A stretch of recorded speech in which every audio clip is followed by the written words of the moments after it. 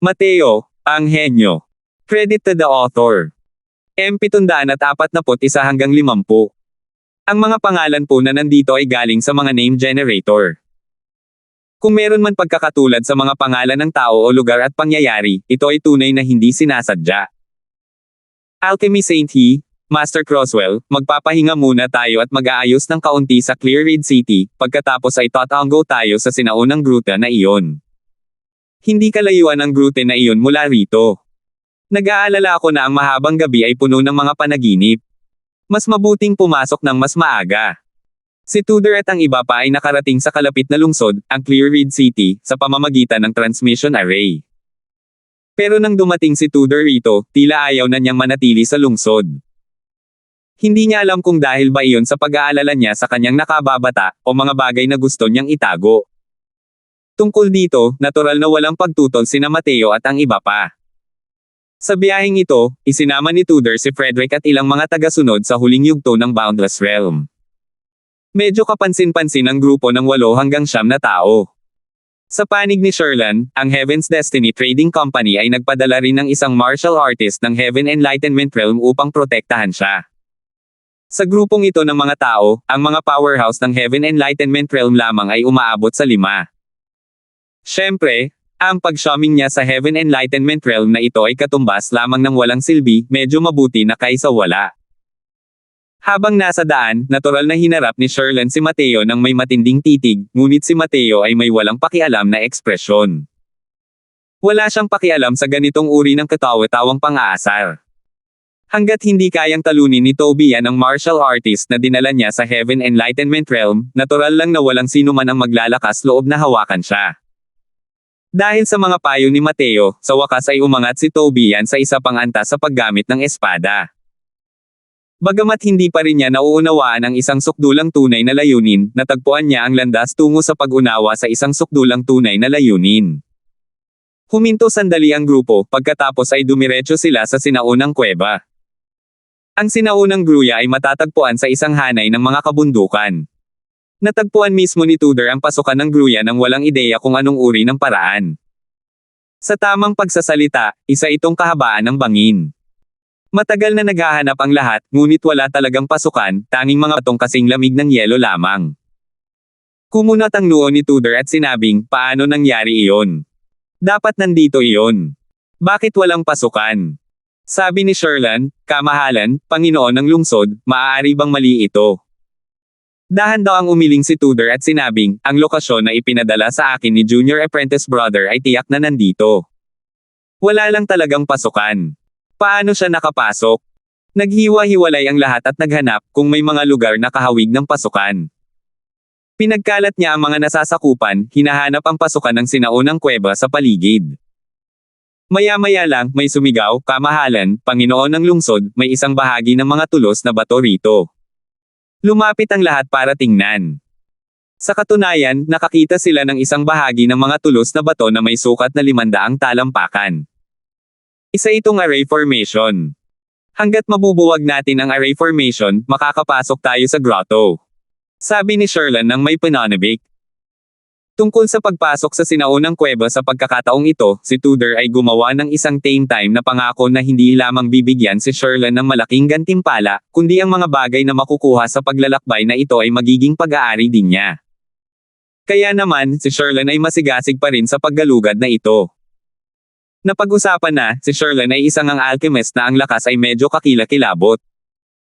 Hindi lamang niya naabot ang Alchemy Saint Realm sa Peel Refinement, kundi naabot din niya ang Tier 7 level sa Formations Path. Kaya naman, nakilala niya na ang mga stone stakes na ito ay isang array formation sa isang sulyap. Tungtuwa si Tudor nang marinig niya iyon at sinabing, may tiwala ba si Alchemy Saint He na basagin ang set ng array formation na ito? Ngumiti si Sherlan at sinabing, hayaan mo na ako. Kung hindi ko man kaya, lahat ay makakatingin lang ng walang magawa. Gayunpaman, Panginoon ng lungsod, kamahalan, sa ating kasunduan para sa paglalakbay na ito, hindi kasama ang bahaging ito. Sa mga taong naroroon, siya lang ang naroon, isang Tier 7 Array Master. Kung hindi man niya ito magawa, wala talagang makakagawa nito. Maliban na lang, hindi alam ni Sherlan na sa grupong ito ng mga tao, mayroon pa ring Tier 9 na Array Master. Ang pananaw ni Sherlyn ay halos kapareho ng kay Tobian. Si Mateo ay mayroong napakataas na tagumpay sa alchemy. Sa ibang mga larangan, malamang isa lamang siyang normal na tao. Natural na nakilala ni Mateo na ang mga batong tulos na ito ay isang hanay ng mga hanay sa isang sulyap lamang. Ngunit hindi pa niya nakita ang ganitong hanay ng mga hanay noon. Bukod dito, napansin ni Mateo na kahit hindi mataas ang ranggo ng array formation na ito, may ilang mga lugar na napakadaling magkamali. Malinaw na gustong sadyang hikayatin ng taong nag-set up ng array formation ang mga tao na malinlang. Plano sana ni Mateo na gumawa ng hakbang. Pero nang makita niya si Sherlyn na sobrang sigasig, napatikom na lang ang bibig niya at hindi magsalita. Sa biyaheng ito, ang lakas niya ang pinakamahina. Mas mabuting maging mahina na lang. Kung talagang nagawa ni Sherlyn na basagin ang array formation, natural lang na maganda iyon. Pero kung hindi niya kaya, hindi pa rin huli para sa kanya na hukbang pasulong. Dahil lang sa napakaraming bitag ang Hamukay ang may-ari ng kuweba, malamang na maghahirap ang kanilang grupo. Agad na ng blackmail si Shuming, natural lang na may kalungkutan sa puso ni Tudor. Maliban na lang, sa ganitong oras ngayon, saan siya pupunta para maghanap ng ibang array master? Alchemy Saint He, makakaasa ka. Pagkatapos kong iligtas ang aking junior, ang mga gantimpalang ipinangako sa iyo ay magdadagdag ng 10% pa. Sabi ni Tudor. Tuwang-tuwa si Sherlyn nang marinig niya iyon at sinabing, "Hey, ang prangka pa rin, kamahalan, ang Panginoon ng lungsod." Ito ay agad niyang masisira ang hanay ng mga sundalo. Gaya ng sabi niya, lumapit siya sa gitna ng mga tulos na bato at direktang itinulak ang isang tulos na bato na bahagyang mas mataas sa ilalim ng lupa. Magkakaiba ang taas ng mga tulos na batong ito. Magkakaiba rin ang kapal. Ang paraan ng pagbasag nito ay sa pamamagitan ng pagdiin sa ilang mahahalagang tulos na bato. Ang lugar na ito ng lupa ay may humigit kumulang 1,000 tulos na bato. Medyo malalim din ang nabuong hanay. Matapos idiin ni Sherlyn ang isang tulos na bato, huminto siya sandali at naghanap ng isa pang tulos na bato na idiin. Nang makita ni Mateo na idinidiin ni Sherlyn ang unang tulos na bato, hindi niya sinasadyang umiling ng bahagya. Pero napansin ni Tobian ang maliit na kilos ni Mateo at mahinang nagtanong, bakit? May problema ba kay Sherlyn? Nakangiting sabi ni Mateo, napakamali. Sa sobrang tiwala ng lalaking ito, akala ko pa nga may kakayahan siya. Hindi ko akalain na mali pala ang unang hakbang. Mag-ingat ka maya-maya, baka may hindi inaasahan na mangyari. Bahagyang nagulat si Tobian nang marinig niya ito ngunit palihim na nag-ingat. Hindi niya inakalang mahusay pala talaga si Mateo sa formation spot. Itong lalaking ito, ano ba ang hindi niya alam? Tungkol sa mga sinabi ni Mateo, walang gaanong pag-aalinlangan si Tobian. Dahil matagal na niyang nasaksihan ang husay ni Mateo noon pa. Pumutok. Muling idiniin ni Sherlyn ang isang tulos na bato. Bigla na lang, parang may kung anong nag-trigger. Nagbago ang mga mukha ng lahat. Hindi maganda. Mag-ingat kayong lahat. Sigaw ni Tudor. Hindi pa humihina ang boses niya nang hindi mabilang na palaso ang lumabas mula sa lahat ng direksyon, humabi sa isang malaki at makapal na lambat, at binalot ang lahat ng nasa loob. Swoosh! Swoosh! Swoosh! Ang lakas ng mga palaso ay napakalakas. Kahit ang powerhouse ng Heaven Enlightenment Realm ay kinailangang tumugon ng may pag-iingat. Kayong ilan, lumapit kayo sa akin. Sabi ni Tudor sa ilang tagasunod ng Boundless Realm. Dahil dito, sa wakas ay naranasan ni Mateo ang lakas ni Tudor.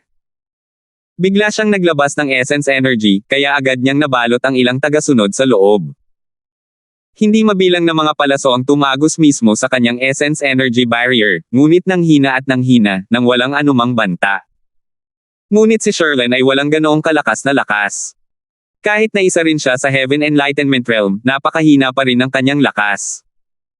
Bagamat nagawa rin ng kanyang Essence Energy Protective Screen na ipagtanggol siya laban sa mga palaso na iyon, nagdulot ito ng matinding pinsala sa kanya. Ito ay sa ilalim pa rin ng mga pangyayari kung saan ang powerhouse ng Heaven Enlightenment Realm na dinala niya rito ay nakatulong sa kanya na harangan ang karamihan sa mga palaso. Ang mga palaso ay tumagal ng halos 15 minuto bago tuluyang tumigil. Ang mga damit sa katawan ni Sherlyn ay natusok na sa pugad ng putakti dahil sa mga palaso. Nagtamo siya ng mga panlabas na sugat na hindi rin magaan. Mukhang napakalungkot. Ang mas lalong nagpailang sa kanya ay ang time niyang pangako na sisirain ang porma sayon ng mas maaga. Ang resulta ay ganito pala ang kinalabasan. Hindi sinasadyang naramdaman ng mukha niya na parang nag-aalab ito sa init. 742. Alchemy Saint He, hindi ba't sinabi mong iwan mo na lang ito sa iyo ngayon? Ganito mo ba ginagarantiya ang mga bagay-bagay? Tanong ni Tudor nang may mapanglo na tingin. Kanina, habang itinataas agad ni Sherlyn ang presyo, tiniis ito ni Tudor para makapasok. Pero maganda ang resulta. Napakalakas ng hampas ng lalaking ito sa sarili niyang dibdib pero umalinggeso ang amoy sa katawan niya. Kakaiba kung magagalitin si Tudor. Nahihiyang tumingin si Sherlyn pero hindi nakakakumbinsing sinabi, malinaw na ayos lang ang paraan ko para mabasag ang array. Pero bakit ganito ang sitwasyon? Hindi kaya ang paraan para mabuksan ang pinto ay hindi ang basagin ang array? Nang marinig ito ni Tudor, hindi napigilan ang kanyang mga kilay na kumunat ang noo. Tungkol sa kakayahan ni Sherlyn, alam pa rin niya iyon. Hindi niya dapat binabaril ang bibig niya. Tutal, nagtamo rin siya ng mga pinsala kanina. Ang paglalaro ng ganitong uri ng laro ay walang anumang benepisyo para sa kanya. Hindi kaya talaga ito ang paraan ng pagpasok sa sinaunang kuweba? Bakit hindi, susubukan ko. Biglang nagsalita si Mateo. Nang marinig ito ni Tudor, bahagyang namangha siyang nagsalita, ikaw. Alam mo ba talaga si Master Crosswell sa mga array formation? Nakangiting sabi ni Mateo, may alam ka ba? Kalokohan. Malinaw na nabasag ko na ang array formation ngayon lang. Ang mga batong ito ay ginagamit lang para linlangin ang mga tao. Nako, huwag mo nang dagdagan pa ang gulo. Baka gusto mo pa ring mangyari ulit ang mga bagay na iyon ngayon. Singit ni Sherlyn. Natural lang na may makasariling kalkulasyon si Sherlyn sa pagsasabi ng mga salitang ito. Sa isang banda, pakiramdam niya ay nabasag na niya ang porma sayon ngayon lang, ngunit hindi niya nakuha ang ninanais na resulta. Sa kabilang banda, medyo natatakot din siya kay Mateo, natatakot na baka masira talaga nito ang porma sayon. Sa nakalipas na 2 insidente, si Sherlyn ay labis nang nag-aalala kay Mateo. Palagi niyang nararamdaman na si Mateo ay napakakaiba. Diyos ko lang ang nakakaalam kung alam niya talaga ang mga porma sayon ng array o hindi. Tunay nga, nang sabihin ito ni Sherlyn, nagsimulang mag-alangan si Tudor. Kahit na ang mga palaso kanina ay kakilakilabot, halos hindi pa rin ito mapapatay. Kung may darating pang malaking palaso, baka mamatay silang lahat dito. Malinaw na hindi isang palakaibigang lupain ang sinaunang gluten na ito. Kung hindi, hindi rin magkakaroon ng napakaraming mekanismo na lalabas bago pa man makapasok sa gruta. Pero sinulyapan ni Mateo si Sherlyn nang walang pakialam at sinabing, nabasag mo ba ang array formation? Wala ka talagang hiya-hiya. Mali na ang unang hakbang mo at akala mo pa nga ay nabasag mo na ang array formation. Ang isang taong kasing ignorante mo ay maituturing na ring nakarating sa isang tiyak na antas. Nagbago ang ekspresyon ni Sherlyn, pero matigas ang ulo niyang sinabi, hey, mali ang sinabi mo, ibig sabihin mali. Nako, huwag kang magpanggap na alam mo kung hindi mo alam. Ang set ng array formation na ito ay talagang isang sinaunang array formation. Kahit na alam mo talaga ang array formations, paano mo makikita ang lalim ng array formation sa isang sulyap lang? Malamig na sabi ni Mateo, ganoon ba? Ang unang tulos na bato na idiniin mo, isa na yang patibong. Hindi naman talaga ito mahirap matukoy. Titignan mong mabuti, at malalaman mo. Nang marinig ito ni Sherlyn, hindi sinasadyang tumingin muli ang kanyang tingin sa tulos na bato. Sandali siyang nag-isip, at pagkatapos ay biglang nagpakita ng ekspresyon ng kanyang mukha na tila natauhan. Ngunit mabilis siyang tumugon at dali-daling inalis ang ekspresyon. Pero huli na ang lahat. Sino si Tudor? Matagal niyang napansin ang mga pagbabago sa ekspresyon ng mukha ni Sherlyn. Sumanghal ng malamig si Tudor, ngunit hindi na niya pinansin si Sherlyn, at sinabi kay Mateo habang nakahawak ang mga kamay, Master Crosswell, kailangan kitang pahirapan para makawa ng aksyon at masira ang hanay na ito. Bahagyang tumango si Mateo at direktang pumasok sa gitna ng mga batong tulos ng may pagtalon. Hindi tulad ni Sherlyn na unti-unting ginagawa ito, malinaw na alam na ni Mateo ang tungkol sa array formation na ito sa kanyang puso, kaya hindi siya tumigil kahit kaunti, agad na idiniin ang isang batong tulos pataas sa isang batong tulos. Nang makita ni Sherlyn ang mga kilos ni Mateo, hindi sinasadyang tumangala ang kanyang mga mata habang hinahampas ang kanyang hita at sinabing, "Sus Mariosep. Bakit hindi ko naisip yan? Kaya pala ganoon." Habang sinasabi niya ito, biglang naramdaman ni Sherlyn ang tingin ni Tudor at sinabi ng may malungkot na mukha, "Siguro napanood muna ako ng lalaking ito na basagin ang porma sayon bago ko nakita ang mapanlinlang na panlilinlang dito. Panginoon ng lungsod, kamahalan, hindi ka dapat magpalinlang sa kanya." Huhu, Sherlyn, hanggang ngayon ko lang nalaman na ang salitang walang hiya ay espesyal na ginawa para sa iyo. Noong itinulak mo ang unang tulos na bato kanina, sinabi na ni Mateo na mali ka. Ibig sabihin din noon pa man ay nabasa na niya ang hanay ng mga hanay na ito. Inaangkin mo pa rin ang iyong sarili. Talagang walang hiya ka talaga. Biglang sabi ni Toby na tahimik habang tumatawa. Sasawayin na sana ni Sherlyn, ngunit may narinig siyang langit-ngit. Idiniin na ni Mateo ang huling tulos na bato. Ugong.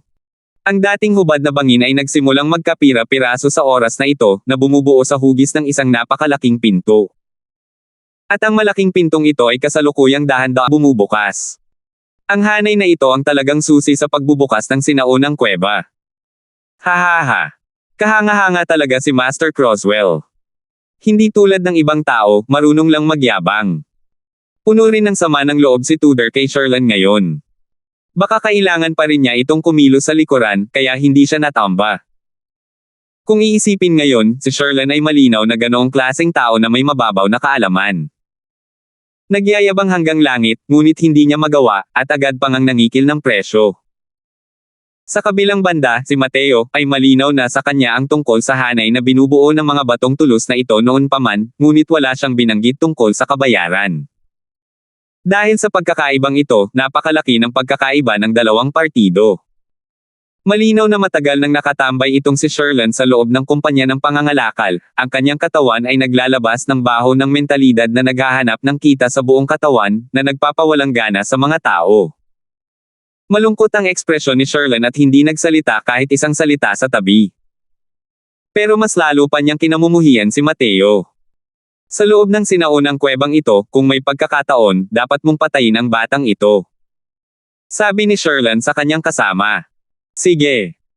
Tugon ng kanyang kasama, isang eksperto sa Heaven Enlightenment Realm. Dahil bukas na ang pasukan ng sinaunang kuwebang ito, hindi na kailangan ng pagpapaliban. Iyan natin. Malinaw na sabik na sagipin si Tudor at agad na papasok sa loob. Sandali lang. Mahinang sabi ni Mateo. Master Croswell, may problema ba? Nagtatakang tanong ni Tudor. May naghihintay sa gilid. Sabi ni Mateo. Nagulat si Tudor sa loob-loob niya at hindi niya maiwasang tumingin sa paligid. Matagal na silang nandito, at hindi niya talaga natuklasan na may mga taong nakaabang sa gilid. Hahaha, Tudor, pumunta ka sa teritoryo ko, pero bakit hindi mo ako pinaalam? Magkakilala na ang lahat. Dapat mo naman akong hayaang gawin ang mga tungkulin ng isang host, di ba? Pagkarinig ng boses, mahigit 100 figure ang biglang sumulpot, nakapalibot sa grupo ni Tudor sa gitna. Nang makita ni Tudor ang pagdating, hindi sinasadyang dumilim ang kanyang ekspresyon. Wayne, ano ang ibig sabihin nito? Tumingin si Wayne kay Tudor nang may natatawang tingin at nakangiting sinabi, Tudor, sa mga salitang ito, ako dapat ang nagtanong sa iyo, hindi ba? Pumunta ka sa teritoryo ko para magsagawa ng mga ilegal na aktibidad. Bilang City Lord ng Clearreed City, hindi ba dapat akong mag-imbestiga ng kaunti? Malamig na ngumisi si Tudor, hey, mag-imbestiga kayo. Patago kayong nagtatago sa gilid. Malamang wala kayong mabuting intensyon, di ba? Tumawa ng malakas si Wayne nang marinig iyon at sinabing, haha. Kung hindi dahil sa iyo na nanguna, hindi talaga malalaman ng Panginoon ng lungsod na ito na mayroon pa ring ganitong sekretong kuweba sa sarili kong nasasakupan. Isa pa, binuksan na ninyo ang pinto para sa upuang ito. Maraming salamat talaga.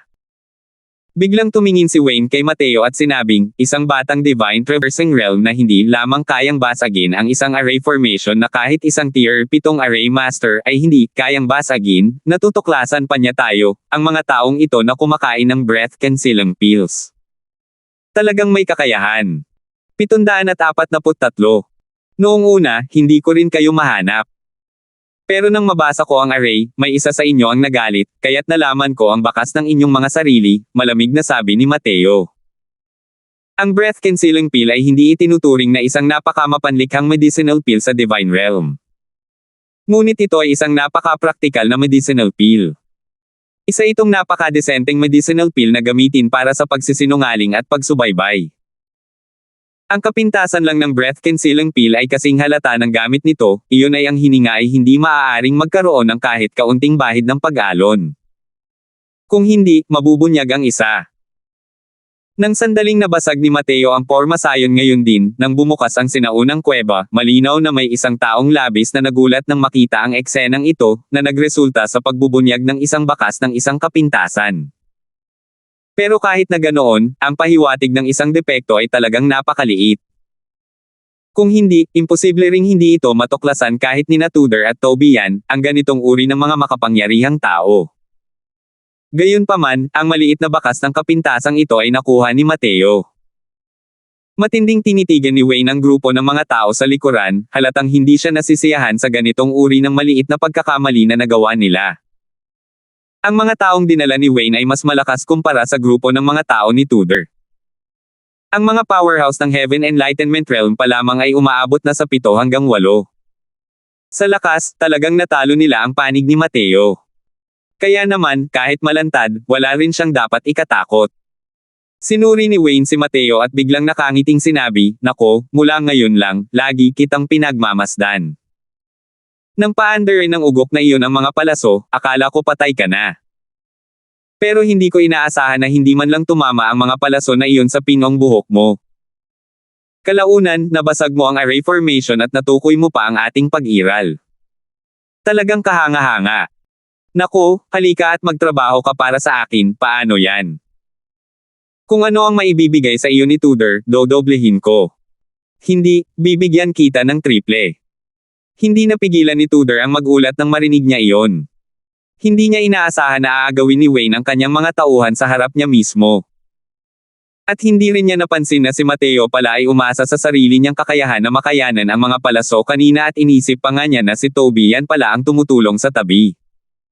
Ang lakas ng mga palaso kanina ay talagang hindi kayang tiisin ng isang divine traversing realm.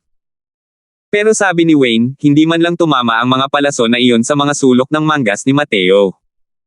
Walang duda, bukod sa pagpino ng mga tableta, marami pa ring kakayahan si Mateo na hindi niya alam.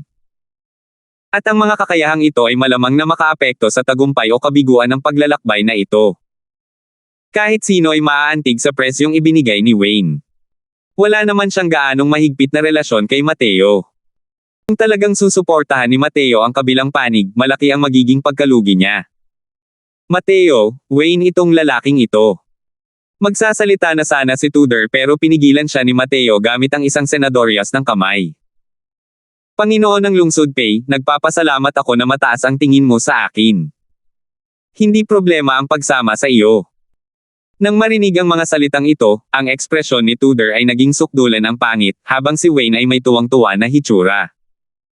Pero sa pagkakataong ito, biglang nagbago ang tono ni Mateo, pero kailangan munang maghintay hanggang matapos ang biyaheng ito. Dumilim ang ekspresyon ni Wayne, at sinabi niya, "Pinagtatawanan mo ba ako?" Sinabi ni Mateo nang may inosenteng mukha, "Paano ito matatawag na panggugulo sa iyo? May sarili akong prinsipyo itong si Croswell pagdating sa paggawa ng mga bagay-bagay.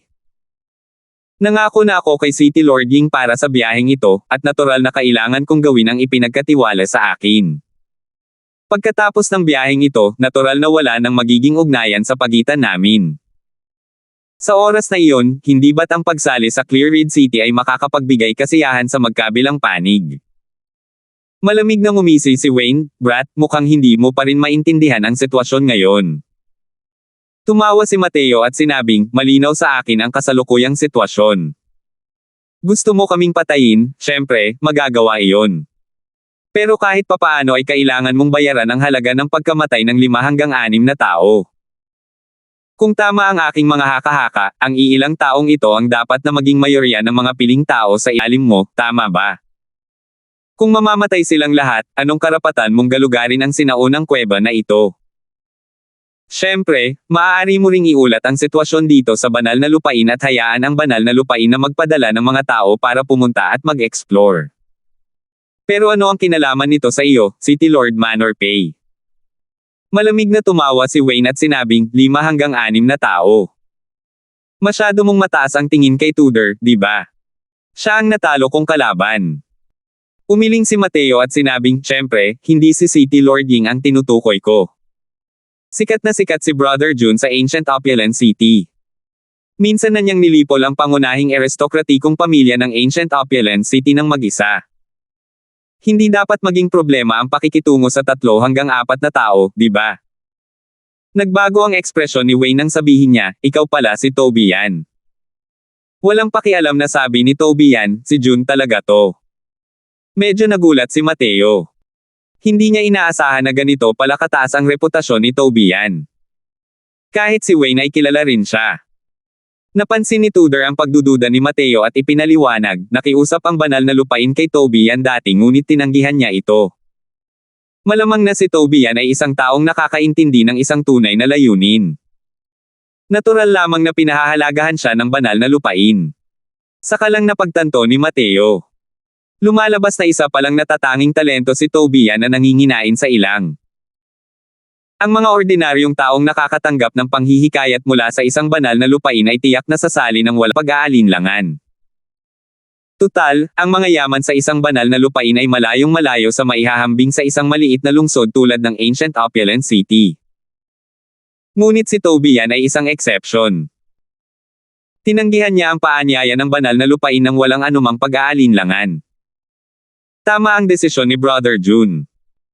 Ang pagpunta sa banal na lupain ay maglilibing lamang sa kanyang talento. Ang mga taong nagsasanay ng espada ay naglalaan ng partikular na atensyon sa kalayaan at pagiging sila mismo. Kung saan patungo ang tao, doon patungo ang espada. Bagamat malaki ang mga mapagkukunan ng banal na lupain, mapipigilan din nito ang katawan at isipan ng isang martial artist na maglilimite sa kanyang pag-unawa sa sword daw mula roon. Mula pa noong unang panahon, lahat ng mga taong may pinakamataas na tagumpay sa sword daw ay halos walang pangkat, pagtatasa ni Mateo. Ngumiti si Toby yan nang marinig iyon at sinabing, ipinanganak ako ng mga magulang ko, pero si Mateo lang ang nakakaintindi sa akin. Hahaha. Ang kanyang mga ginawa ay kinundena pa nga ng maraming tao noon. Hindi niya inaasahan na pagkalipas ng maraming taon, susuportahan siya ng buong puso ni Mateo, na magpaparamdam sa kanya na mayroon siyang parehong pananaw at landas. Bukod dito, alam ni Toby yan na ang pagkaunawa ni Mateo sa sword daw ay nagtulak sa kanya na mahuli sa maraming kalye. Ang pagsasabi ng ganitong uri ng mga salita ay natural na may pinakamalaking karapatang magsalita. Pinatunayan din nito na tama ang kanyang pinili noon. Maliban na lang sa kahit kilala niya ang Panginoon ni Mateo ng sword daw, ang iba ay hindi. Humph! Isang batang lalaki mula sa Divine Traversing Realm na nagdadadaldaw tungkol sa sword daw. Hindi ko talaga alam ang pinagsasabi mo. Sige, isipin mo na lang na panalo ka. Gayunpaman. Lumakad kayo sa unahan ko. Malungkot na sabi ni Wayne. Hindi rin niya inaasahan na dinala pala ni Tudor si Toby yan dito. Dahil dito, medyo naging abala siya. Kaya naman, nagbago ang isip ni Wayne sa huling sandali at nagpasyang galugarin ang sinaunang grugang ito kasama ang grupo ni Tudor. Tila magandang pagpipilian din ang paghahanap sa mga lalaking ito bilang mga tagapagligtas ng kanyan. Ikaw, Wayne, huwag kang masyadong magpakalabas. Ano ang batayan namin para hanapin ang daan para sa iyo? Galit na sabi ni Tudor. Hehe. Kung tutuusin, mas malakas ang lakas ko kaysa sa iyo. Kung hindi ka kontento, huwag kang mag-atubiling makipagtalo sa akin. Sabi ni Wayne nang may pagmamalaki. Kahit nandito si Toby yan, ang lakas ng kanilang panig ay lubos pa ring makapangyarihan. Mga powerhouse ng 8th Heaven Enlightenment Realm. Isa itong talagang nakakatakot na puwersa. Binigyan ni Mateo ng senadorya si Tudor gamit ang kanyang mga mata at sinabing, sige, napakawalang awa mo. Kami na ang manggenguna. Katulad nito, isang grupo ng mga tao ang isa-isang pumasok sa sinaunang kuweba. Matapos mawala ang kanilang mga figure sa kuweba, may mga dagandong na narinig mula sa likuran. Nagbago ang bangin, bumalik sa dating anyo nito bago pa man nila masira ang hanay ng mga pormasayon. Nang makita ang ganitong sitwasyon, nagbago ang ekspresyon ng mukha ni Wayne. Hehe, mukhang naputol na ang labasan. Ang magagawa na lang natin ay ang sumulong, sabi ni Tudor nang may malamig na ngiti. 744. Pagpasok sa sinaunang kuweba, may isang malawak na lugar sa harap ng kanilang mga mata. Ngunit di nagtagal, may nakatuklas na mali. Sa loob ng kuwebang ito ay tila may nabuong sarili nitong mundo. Hindi talaga ako makalipad. Nabahala ang lahat nang marinig nila iyon. Gamit ang kaunting maniobra ng Essence Energy, natuklasan nilang hindi nga pala sila kayang lumipad. Ang grotong ito ay talagang kakaiba. Hindi nakakapagtaka na sa lakas ng Junior Apprentice Brother, nakulong din siya rito. Sabi ni Tudor nang nakakunot ang noo. Junior Apprentice Brother. Ang tinutukoy mo ba ay si Jacob? Tila medyo nagulat si Wayne. Tumango si Tudor at sinabing, hindi sinasadyang natuklasan ni Junior Apprentice Brother ang kuwebang ito, ngunit hindi niya inaasahan na makukulong siya rito. Nalaman ko lang ang tungkol dito pagkatapos kong matanggap ang kanyang mensahe. Nagulat na sabi ni Wayne nang marinig niya iyon, ang kakayahan ni Jacob ay higit pa sa kakayahan mo at sa akin. Kahit siya ay nakulong dito. Nang marinig ang pag-uusap ng dalawang tao, nanigas din ang puso ng lahat. Mukhang hindi madaling pakisamahan ang yungib na ito. Walang nakakaalam kung gaano kalakas ang lakas ng mga Jacob mula sa kanilang mga bibig. Ngunit maaaring makumpirma na mas malakas siya kaysa sa dalawang makapangyarihang Panginoon ng lungsod na ito. Kahit si Jacob ay nakulong dito. Hindi madaling sabihin kung ano ang magiging resulta ng paglalakbay na ito. Pero nagbago ang ekspresyon ni Sherlyn at sinabi niya, Panginoong Lungsod Ying, hindi mo sinabing mas malakas pa ang lakas ng iyong junior kaysa sa iyo. Sa totoo lang, ito ang ideya na kung sino ang unang pumasok ang siyang magiging master. Bagamat karaniwan ang mga sitwasyon kung saan mas malakas ang mga junior kaysa sa mga senior, sa karamihan ng mga pagkakataon, ang lakas ng mga senior ay mas malakas lahat kaysa sa mga junior.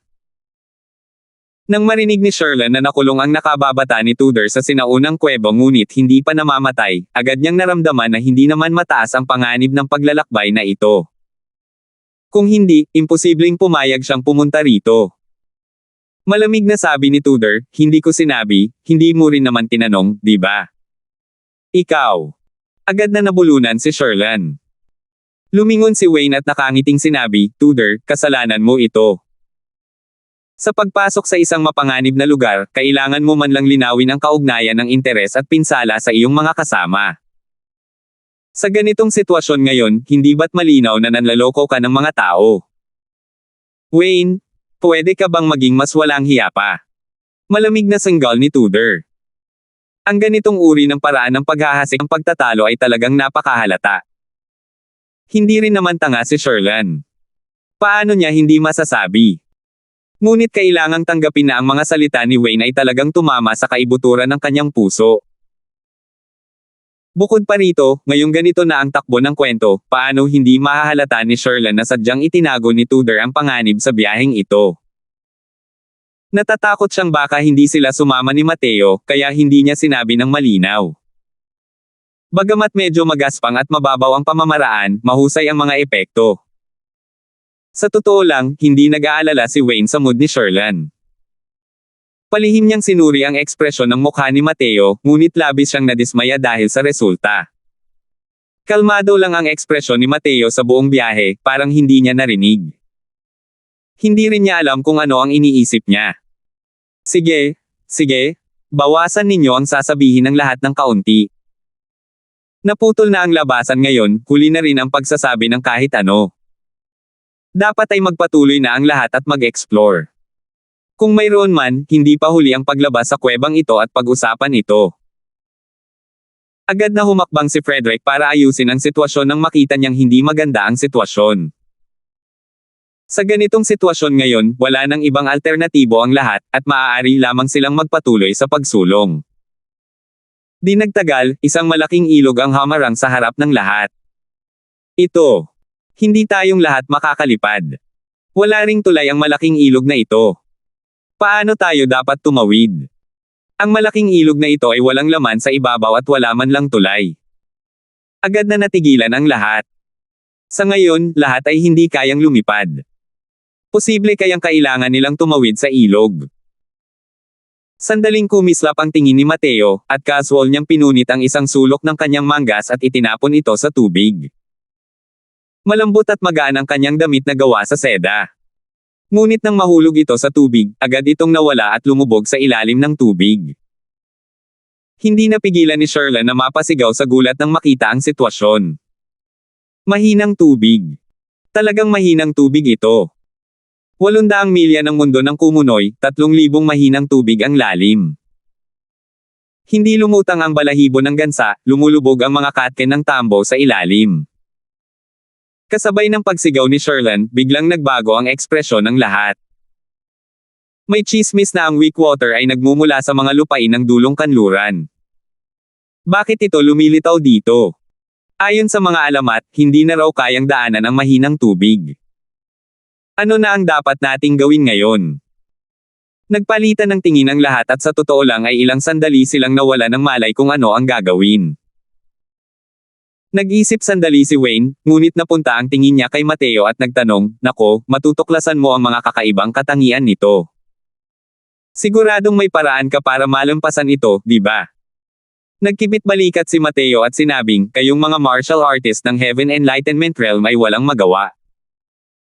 Ano ang magagawa ko, bilang baguhan sa Divine Traversing Realm?" Tumingin si Wayne kay Mateo nang may nagbabagang mga mata at saka sinabi ng may malamig na ngiti, "Kung wala kang mga pamamaraan, wala ka ng silbi. Bakit hindi kita itapon agad sa ilog?" Lumingon siya kay Tobian at sinabing, "Huwag mo akong itigan ng ganyan. Kahit gaano pa kalakas ang sarili mong lakas, imposibleng maging katapat natin. Bukod pa riyan, kahit gumawa ka pa ng hakbang, malamang hindi rin ikaw ang katapat ko." Matagal nang alam ni Wayne na ang panig ni Tudor ay nahahati sa 3 paksayon. Ang sariling paksayon ni Tudor, ang paksayon ni Sherlan, at ang paksayon ni Mateo. Ang kabuuang lakas ng panig ni Tudor ang pinakamalakas. Sa halip, ang panig ni Mateo ang tanging may Tobian. Mas madaling masahin. Humph! Talaga bang itinuturing mo itong siying na isang taong puro kanin lang ang alam at walang ginagawa? Sabi ni Tudor. Tumawa si Wayne at sinabing, "Malinaw na wala nang tiwala sa iyo ang alchemy saint na yan. Kung gagawa ka ng hakbang ngayon, mas maliit ang tsansa mong manalo, di ba? Kaya, mas mabuting manahimik ka na lang." Ikaw. Nabulunan si Tudor dahil dito. Ngunit tumingin ang kanyang tingin kay Sherlan doon at natuklasan na tila wala talagang balak na makialam si Sherlan. Napakalinaw, ang panig na iyon ay tuluyan ng humiwalay sa panig na ito. Kung talagang nag-away sila, baka pumanig pa siya kay Wayne. Humarap muli si Wayne kay Mateo at nakangiting sinabi, "Kumusta? Napag-isipan mo na ba? Ang panloloko sa iyo ni Tudor dito ay malinaw na walang mabuting intensyon. Maaari ka pa ring magtrabaho para sa kanya." Sinulyapan ni Mateo si Wayne at sinabing, "Nasa ilalim ng iyong mga paa ang daan. Hindi mo lang talaga ito makita." Anong ibig sabihin yan? Habang nagsasalita siya, hindi napigilan ni Wayne na yumuko at nakita niyang natapakan niya ang isang diagram ng plataporma ng lotes sa ilalim ng kanyang mga paa. "Subukan mong gamitin ang lakas mo para tapakan yan," sabi ni Mateo. Malapit nang tumamba si Wayne, ngunit nagbago ang isip niya sa huling sandali at sinabi kay Mateo, "Subukan mo." Nagbago ang ekspresyon ni Tobian nang marinig iyon at sinabing, "Pabayaan mo na ako." Pinahinto siya ni Mateo gamit ang isang senadorias ng kamay ngunit naapakan niya ito gamit ang isang paa. Langit-ngit. Sa sumunod na sandali, isang eksena ang nangyari na ikinagulat ng lahat. Sa malaking ilog na iyon ng weak water, sunod-sunod na lumitaw ang mga plataporma ng lotes. Napakagulo ng mga posisyon ng mga platapormang ito ng lotes, ngunit ang pagitan ng bawat isa ay halos isang hakbang ang layo. Ang mga platapormang ito ng lotes ay nakasabit sa ibabaw ng mahinang tubig, diretso sa kabilang baybayin. Ito. Kanino nga ba nagmamay-ari ang groteng ito? para magkaroon talaga ng ganitong mystical na paraan. Gamit ang mga platapormang Lotus na ito, mararating natin ang kabilang pampang. Isang Boundless Realm martial artist ang labis na nabalisa at itinaas ang kanyang paa, gustong subukan kung matibay ba ang mga Lotus platform na ito o hindi. Huwag mong tapakan yan. Sigaw ni Mateo, ngunit huli na ang lahat. Ang Boundless Realm martial artist na iyon ay talagang natapakan ang kawalan at nahulog sa malaking ilog ng may malakas na pagtalsik. 745. Hindi man lang nagawang sumigaw ng martial artist na Boundless Realm na iyon at agad na nilamon ng weak water. Nabahala ang lahat nang makita nila ang eksenang ito. Nagngingit-ngit si Wayne at sinabing, "Punk, pinagluloko mo ba ako?" Ang mga platapormang ito ng Lotus ay hindi para gamitin sa pagtawid ng ilog. Walang magawang sabi ni Mateo, napakainip din ang nasasakupan mo. Sinigawan ko pa nga siya na huwag gawin yun, pero gusto niya lang gawin. Ano bang magagawa ko? Ikaw. Hindi mapigilan ni Wayne ang makaramdam ng pagkailang. Narinig ng malinaw ng lahat ngayon na sumigaw nga si Mateo. Medyo nahuli lang ang sigaw, yun lang. Naunawaan ng maayos ni Mateo ang tiyempo. Kahit si Wayne ay hindi rin makapagsalita. Punk, huwag mo akong paglaruan. Kung hindi, ibabagsak kita agad. Pagbabante ni Wayne. Sige at maghagis ka. Gusto kong makita kung paano ka tatawid sa ilog. Huwag mo akong sisihin sa hindi pagbabala sa iyo, ang mga platapormang ito ng Lotus ay totoo at ilusyon lamang. Isang maling hakbang lang at mahuhulog ka sa mahinang tubig. Sabi ni Mateo. Anong ibig mong sabihin? Galit na tanong ni Wayne. Ang mga platapormang ito ng Lotus ay talagang mga bagay para sa pagtawid sa ilog. Ang bawat plataporma ng Lotus ay pino at nabuo sa pamamagitan ng mga espesyal na pamamaraan. Isang hanay ng mga tao ang nakaukit sa ibabaw ng bawat isa. At ang mga platapormang Lotus na ito na magkasama ay bubuo ng isa pang malawakang hanay ng mga tao. Kung hindi alam ng isa ang paraan para malampasan ang balakid, sila ay magiging katulad ng iyong nasasakupan, na natatapakan ang wala at nahuhulog sa ilog. Paliwanag ni Mateo. Napabuntong hininga ang lahat ng marinig nila. Hindi nila inaasahan na mayroon pa palang mga ganitong mystical na bagay. Mukhang ang kakayahan ng mga sinaunang martial artist ay hindi talaga maihahambing sa kasalukuyan. Ibig sabihin, bukod kay Mateo, wala nang ibang makakatawid sa ilog na ito. Tanong ni Tudor. Nagkibit balikat si Mateo at sinabing, hindi ko sinabi yan. Wala pa bang array master dito? Siguro may paraan siya. Hindi mapigilan ng lahat ang pagtingin kay Sherlan. Parang nag-iinit ang mukha ni Sherlan. Natural din niyang napansin na ang mga Lotus platform na ito ay nabuo mula sa mga array formation. Pero kung pag-uusapan ang pagtawid sa mga Lotus platform na ito, wala siyang kumpiyansa. Tama na ang kalokohan. Tumawid ka na ngayon sa ilog. Pumunta ka muna sa Lotus platform. Sabi ni Wayne na may naiinip na mukha. Sige, sige, sige. Malaki ang kamao mo, kahit anong sabihin mo, bahala ka. Naglakad si Mateo sa harap ng unang hanay ng mga Lotus platform na may mukhang walang magawa. Pigil ang hininga ng lahat, hinihintay si Mateo na gumawa ng unang hakbang. Sa totoo lang, ang mga taong nasa panig ni Wayne at ni Sherlan ay umaasang matamba si Mateo. Ngunit nag-aalala rin sila na pagkatapos bumagsak si Mateo, wala na talaga silang paraan para makatawid sa ilog. Kung gayon, ang kailangan na lang gawin ay ang mamatay dito. Hindi agad naglakad si Mateo papunta sa Lotus platform, bagkus ay dahan-daang ipinikit ang kanyang mga mata, at ang buong pagkatao niya ay nawala ng laman. Sa isang iglap, ang mga posisyon ng lahat ng plataporma ng Lotus ay naitatak sa isipan ni Mateo. Puso na parang monolith. Ang galing, bata. Hindi ko talaga alam kung paano ka nag-cultivate nitong batang to. Para maging napakahalimaw. Ang kaalaman at karanasan ng mga tao sa Divine Realm ay malayong maihahambing sa lower realms. Sa sandaling pumasok si Mateo sa Heart-like Monolith Heart Realm, natuklasan ito ni Wayne.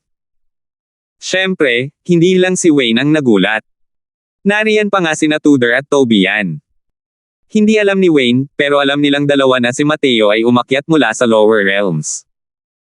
Isang martial artist ng lower realms ang talagang nakakaintindi sa Heartlight Monolith. Isa itong bagay na hindi ka panipaniwala.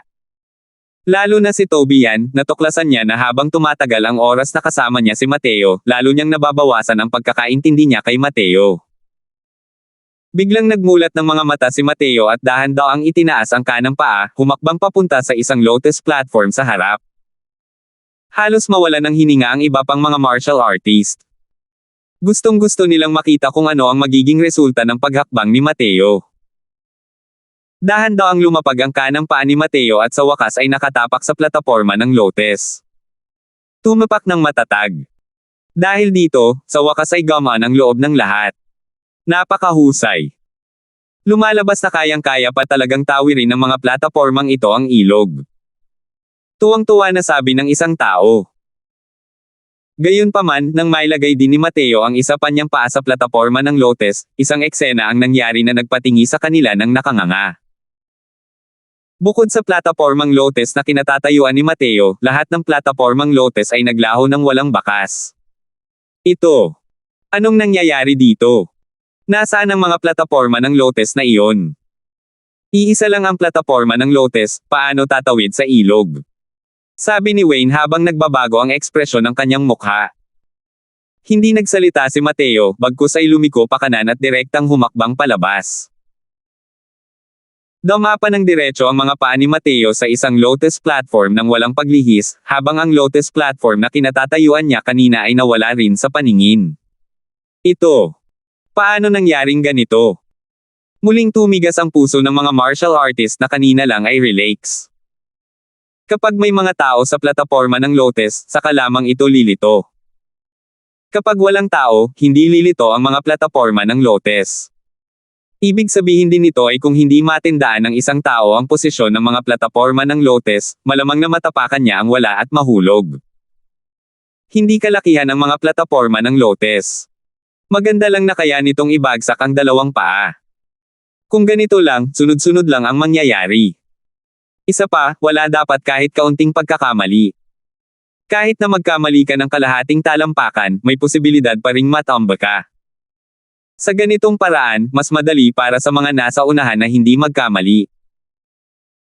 Pero ang mga nasa likuran, sino ang makakasiguro na hindi sila magkakamali, na akmang-akma sa mga bakas ng paa ng taong iyon noon?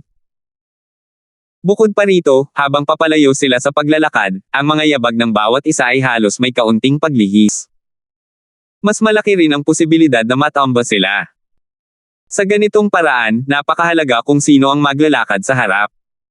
Tumayo si Wayne sa posisyong kinatatayuan ni Mateo nang walang imak. Kahit kaunti ay hindi siya umiwas. Mga martial artist ng Reed City, sumunod kayong lahat sa akin ng malapitan. Huwag kayong magkamali ng hakbang. Nasa unahan ng Heaven Enlightenment Realms, nasa likuran ang Boundless Realms. Isa-isa, tingnan ninyong mabuti ang ilalim ng paa ng ibang tao. Sabi ni Wayne. Anong karapatan ng mga tao ng Clear Reed City na mauna? Sa mga lotus platform na ito, sino ang may pakialam kung kanino? Kung hindi, lumaban tayo hanggang kamatayan. Malamig na sanggal ni Tudor. Ikaw. Sige, ikaw ang mauna. Isa-isang susuko ang ating dalawang panig. Wala ka ng tutol ngayon, di ba? Sa ganitong sitwasyon, walang nagawa si Wayne kundi ang makipagkompromiso. Kung lalaban sila sa mga platapormang lotus na ito, lahat sila ay mapapahamak. Hindi nagsalita si Tobian sa tabi. Bigla niyang natanggap ang mensahe ni Mateo sa kanyang karagatan ng kamalayan, na nagsasabing, "Kapatid na Jun, ito ang diagram ng distribusyon ng mga lotus platform. Kabisado mo ng mabuti ang mga posisyon. Siguraduhin hindi ka magkakamali ng hakbang." Hindi pa nawawala ang boses nang sa loob ng dagat ng kanyang kamalayan ay mayroon ng karagdagang diagram. Ito mismo ang diagram ng distribusyon ng mga platapormang lotus iyon dati. Sa loob-loob niya, namangha si Tobian. Hindi niya akalain na kayang ilarawan ni Mateo ang ganitong distribution diagram gamit ang kapangyarihan ng banal na kaluluwa. Talagang kamangha-mangha ito. Sige, kabisado ko na, sagot ni Tobian. Hindi pa ba kayo aalis? Aalis muna ako. Pagkatapos magsalita, agad na lumabas si Mateo, at muling humakbang papunta sa isang plataporma ng Lotes. "Punk! Ang tapang-tapangan mo!" Sigaw ni Wayne, ngunit hindi siya naglakas loob na manatili, at dali-daling nakahabol. Hindi tumigil ang mga yabag ni Mateo, sa halip ay lalong bumilis. Alam na alam niya ang sitwasyon ng distribusyon ng mga plataporma ng Lotes na parang palad niya. Hindi rin naman talaga kakaiba ang mga tinapakan niya. Sumunod si Wayne ng paunti-unti at wala ng oras para mag-isip pa ng ibang bagay. Nakatitig ang pares ng mga mata niya sa mga binti ni Mateo, walang lakas ng loob na magkamali. 746. Lahat kayo, sumunod kayo. Siguraduhin hindi kayo magkakamali ng hakbang. Hindi rin pinapayagan ang lahat na mag-isip ng sobra. Ang mga martial artists sa likuran ay sunod-sunod na nagsabay sa takbo. Siyempre, ang mga Boundless Realms ay nakatitig lamang ng blanko at hindi ng ahas na umakyat. Ang lugar na ito ay mayroong maraming kapangyarihan mula sa Heaven Enlightenment Realm. Hindi ba't ang pag-agaw ay parang pagsusumamo sa kamatayan? Walang balak na gumalaw si Tobian, habang si Sherlyn at ang kanyang kasama ay sumunod sa mga martial artists ng Clear Ridge City. Pagkatapos nilang lahat umakyat, saka lamang nagmadali si Tobian na humakbang papunta sa plataporma ng Lotes. Pagkatapos lamang, ang mga martial artist na iyon ng Boundless Realm. Maliit lamang ang lakas ng mga Boundless Realm martial artist na ito, ngunit hindi sinasadyang nakinabang kay Tobian. Habang sa oras na ito, pabilis ng pabilis ang mga hakbang ni Mateo. Papunta sa likuran, ginamit niya ang isang paa para humakbang sa mga Lotus platform. Kahit na napakalakas ni Wayne, ang kanyang noo ay puno rin ng mga butil ng pawis. Lahat ng nerbyo sa kanyang katawan ay mahigpit na nakabalot, takot na magkamali. Kung may malaktawan siyang hakbang, hindi iyon biro. Wala siyang makapangyarihang heart realm na parang puso ni Mateo na parang monolith, at hindi niya matukoy ng tumpak ang posisyon ng bawat plataporma ng Lotes. Mayroong humigit kumulang 10,000 plataporma ng Lotes sa ilog. Napakahirap na huwag magkamali sa daan. Ang ilang mga lugar ay kinailangan pa ring sumulong ng paikot-ikot at hindi lubusang sumulong.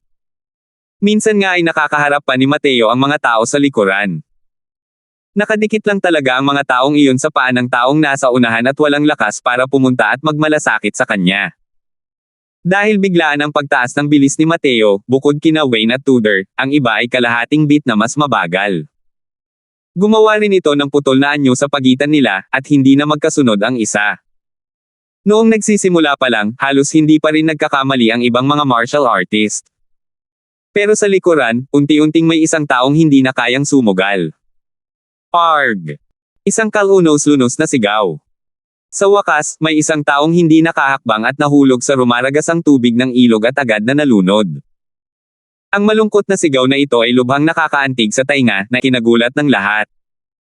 Ang mga martial artists sa likod ng taong iyon ay tumigil sa kanilang mga yabag at hindi na talaga ng ahas na gumalaw pa. Ang mga martial artists sa likuran ay pawis na pawis at hindi talaga alam kung saan hahakbang. Sa kabaligtaran, si Mateo ay namumulaklak ng mga lotes sa bawat hakbang, parang naglalakad ng tamad sa isang patio. Nang maginhawa at walang pagmamadali. Hindi nagtagal, tumalon si Mateo at nakarating na sa kabilang pampang.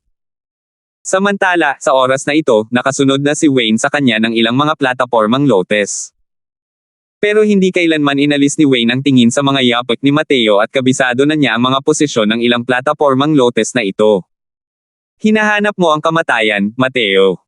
Lumapag si Wayne, ang pinipigilang galit sa kanyang puso ay gustong sumabog. Malinaw na sadyang mabilis maglakad itong si Mateo para hindi makasabay ang mga taong nasa likuran. Talagang malisyoso. Sabi ni Mateo nang may bahagyang ngiti, dahil napakaraming tauhan mo ang ililibing kasama ko, hindi rin naman masamang desisyon iyon. Namutla ang mukha ni Wayne, at hindi niya maiwasang lumingon upang tingnan ang ibabaw ng ilog.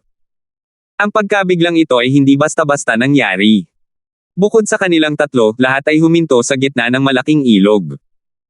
Ang nangunguna ay ang kanyang nasasakupan. Ang taong iyon ay nakatayo sa isang plataporma ng lotes nang walang imak. Paano nagkaroon ng kilos ang isang eksperto sa Heaven Enlightenment Realm sa panahong ito? Isa siyang batang walang magawa. Panginoon ng lungsod, kay iligtas ninyo ako. Sigaw ng martial artist na iyon. Tumingin si Wayne kay Mateo nang may mapanglo na mukha at nagngangalit ang mga ngipin, napakagaling mo. Mukhang hindi mo talaga alam kung paano isinusulat ang salitang kamatayan. Sinuportahan ni Mateo ang noo niya gamit ang kamay niya at sinabing, "Nako, ako ang pinaka-natatakot na takutin ako ng iba. Kapag natakot na ako, nagiging makakalimutin na ako. Anong hakbang ang susunod niyang gagawin?" Nagngalit ang mga ngipin ni Wayne sa galit ngunit wala siyang magawa. Nakatutok ang kanyang mga mata sa mga yabag ni Mateo kanina pa at hindi niya maalala kung paano dapat tahakin ang buong ruta. Ibig sabihin din nito ay si Mateo lamang ang may kakayahang dalhin ang kanyang mga nasasakupan sa panig na ito ngayon.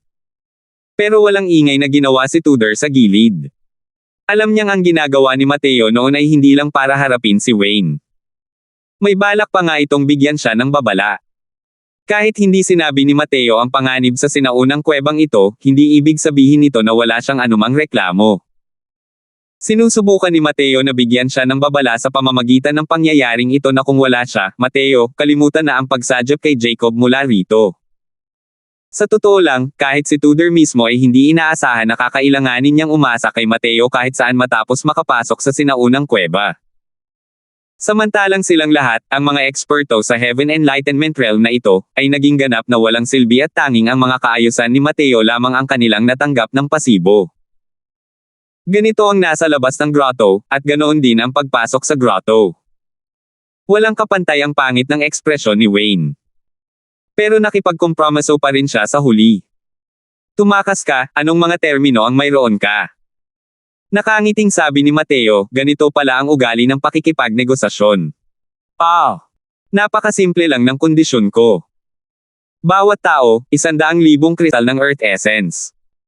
Masyadong matindi ang kinakain ng cultivation ni Mateo sa kasalukuyan. Ngayon, malaking isda na ang nahuhuli niya, paano niya hindi makakatay ng maayos? Ang pagtanggap ng pera ayon sa bilang ng mga tao, ito ang espesyalidad ni Mateo. Noon, sa mga guho ng Grandian True Sect, nangikil siya sa Heavenly Sky Sect ng ganito. Napag-usapan na, bukod sa mga kristal ng Earth Essence, tila hindi rin gaanong kapakipakinabang sa kanya ang ibang mga bagay. Nanlaki ang mga mata ni Wayne. "Isang tao, 100,000. Bakit hindi mo kami pagnakawan? 150,000. Hindi siya binigyan ni Mateo ng pagkakataong makipagtawaran, at agad na nagdagdag ng 50,000. Hindi napigilan ni Wayne ang mabilaukan. Masyadong kayang makinabang ang punk na ito sa kasawian ng ibang tao. Kasalukuyan siyang nangingisda sa chopping board ng iba. Wala ring magawa sa kanya si Wayne. Mayroong 500,000 kristal ng Earth Essence. Ang natitira, hintayin mo hanggang sa ligtas silang makatawid, saka mo ibigay sa iyo. Inihagis ni Wayne ang isang singsing na imbakan kay Mateo at seryosong sinabi. Hindi rin magalang si Mateo, agad niyang itinago ang singsing na pangimbak. Pagkatapos ay sumigaw siya sa martial artist na nasa gitna ng ilog, isang paa na lang ang natitira. Nag-aalangan pa rin ang martial artist na iyon nang marinig niya ang mga salita ni Mateo. Ngunit sumigaw si Wayne ng buong lakas, sundin ang mga tagubilin niya at lumakad. Hindi na nagatubili ang martial artist na iyon, at agad na sumulong ng isang talampakan ang layo. Tunay ngang may lumitaw na isang platapormang lote sa ilalim ng kanyang mga paa. 2 talampakan na lang ang natitira. 1.5 talampakan pasulong. Magkakaiba ang distansya sa pagitan ng bawat plataporma ng lotes. Naunawaan ni Mateo ang mga misteryo ng pagbuo ng array sa loob lamang ng maikling panahon at naisalo ang mga posisyon ng 10,000 plataporma ng lotes. Gaano kalakas ang isang banal na kaluluwa na kailangan nito? Dati, si Wayne ay patuloy na naglalakad kasama si Mateo at hindi masyadong nag-isip. Ngayon, nang marinig niya si Mateo na nagdidirekta sa kanyang mga nasasakupan ay sa kanya lang napagtanto kung gaano kahalimaw si Mateo. Isang paapakanan. Arg! Isang malungkot na sigaw. Ang martial artist na nasa unahan ng Heaven Enlightenment Realm ay agad na nahulog sa ilog. Nakakaawa na nanginginig siya sa takot sa mga plataporma ng lotes ng napakatagal. Sa huli, natamba pa rin siya. Mateo, ano ang ibig sabihin nito? Halos sumabog ang dibdib ni Wayne sa galit. Para sabihing hindi ito sinasadya ni Mateo, hindi rin siya maniniwala kahit pabugbugin siya hanggang mamatay. Nako, pasensya na talaga. Dapat isa't kalahating talampakan lang. Mali ang pagkakatanda ko, mali ang pagkakatanda ko. Dahil hindi tama ang dami ng mga kristal ng Earth Essence na ito, mali rin ang pagkakatanda ko kapag hindi ako nagpabeya. Pasensya na talaga. Sayang, 150,000 kristal ng Earth Essence ang bumagsak sa tubig ng ganito lang. Hay! Ang panghihinayang na tingin ni Mateo ay nagdulot kay Wayne ng pagnanais na samuka ng dugo. Isang Heaven Enlightenment Realm ang ginamit niya para mahulog sa tubig ng ganito lang. Ang lalaking ito ay talagang kasuklam-suklam. 747. Ituring mo ang iyong sarili na walang awa. Nagngalit ang mga ngipin ni Wayne sa puot, ngunit hindi niya talaga magawang magalit. Kumuha siya ng isa pang singsing na pangimbak at inihagis ito kay Mateo, sabay sabi, kung may mangyari pang mga pagkakamali, kahit hindi na ito makatawid, lilipulin din kita. Itinago ni Mateo ang singsing na imbakan at nakangiting sinabi, haha, para sa mga kristal ng Earth Essence, lahat ay maaaring pag-usapan. Napakasimple lang ng sumunod na nangyari. Sa gabay ni Mateo, ang iba pang mga martial artist ay maayos na nakarating sa kabilang pampang. Nang tumawid sila sa ilog, sabay-sabay na nawala ng panig ni Wayne ang dalawang martial artist ng Heaven Enlightenment Realm. Biglang napantayan ng husto ang lakas ng magkabilang panig. Nang sandaling iyon nang lumapag ang lahat ng martial artist ng Clear Red City, biglang sumiklab ang galit ni Wayne. Mapunta ka sa impyerno, bastos. Pero kasabay nito, gumalaw din si Tudor. Boom! Diretso na nagbanggaan ang dalawang tao gamit ang isang palad, pagkatapos ay nahulog sa labanan. Frederick, protektahan si Mateo. Hindi nakalimutan ni Tudor na turuan si Frederick. Oo. Tinanggap ni Frederick ang utos. 8 tao, 2 ang namatay. Bukod kay Wayne, 5 martial artist na lamang ng Heaven Enlightenment Realm ang natira sa Clear Red City. Sabay-sabay kayong 5 na sumalakay. Patayin si Mateo. Malakas na utos din ni Wayne. Nagbago ang ekspresyon ni Frederick. Imposibleng makaharap niya ang 5. Ang 5 powerhouse ng Heaven Enlightenment Realm ay sumugod na dala ang kanilang mga sandata na handa na.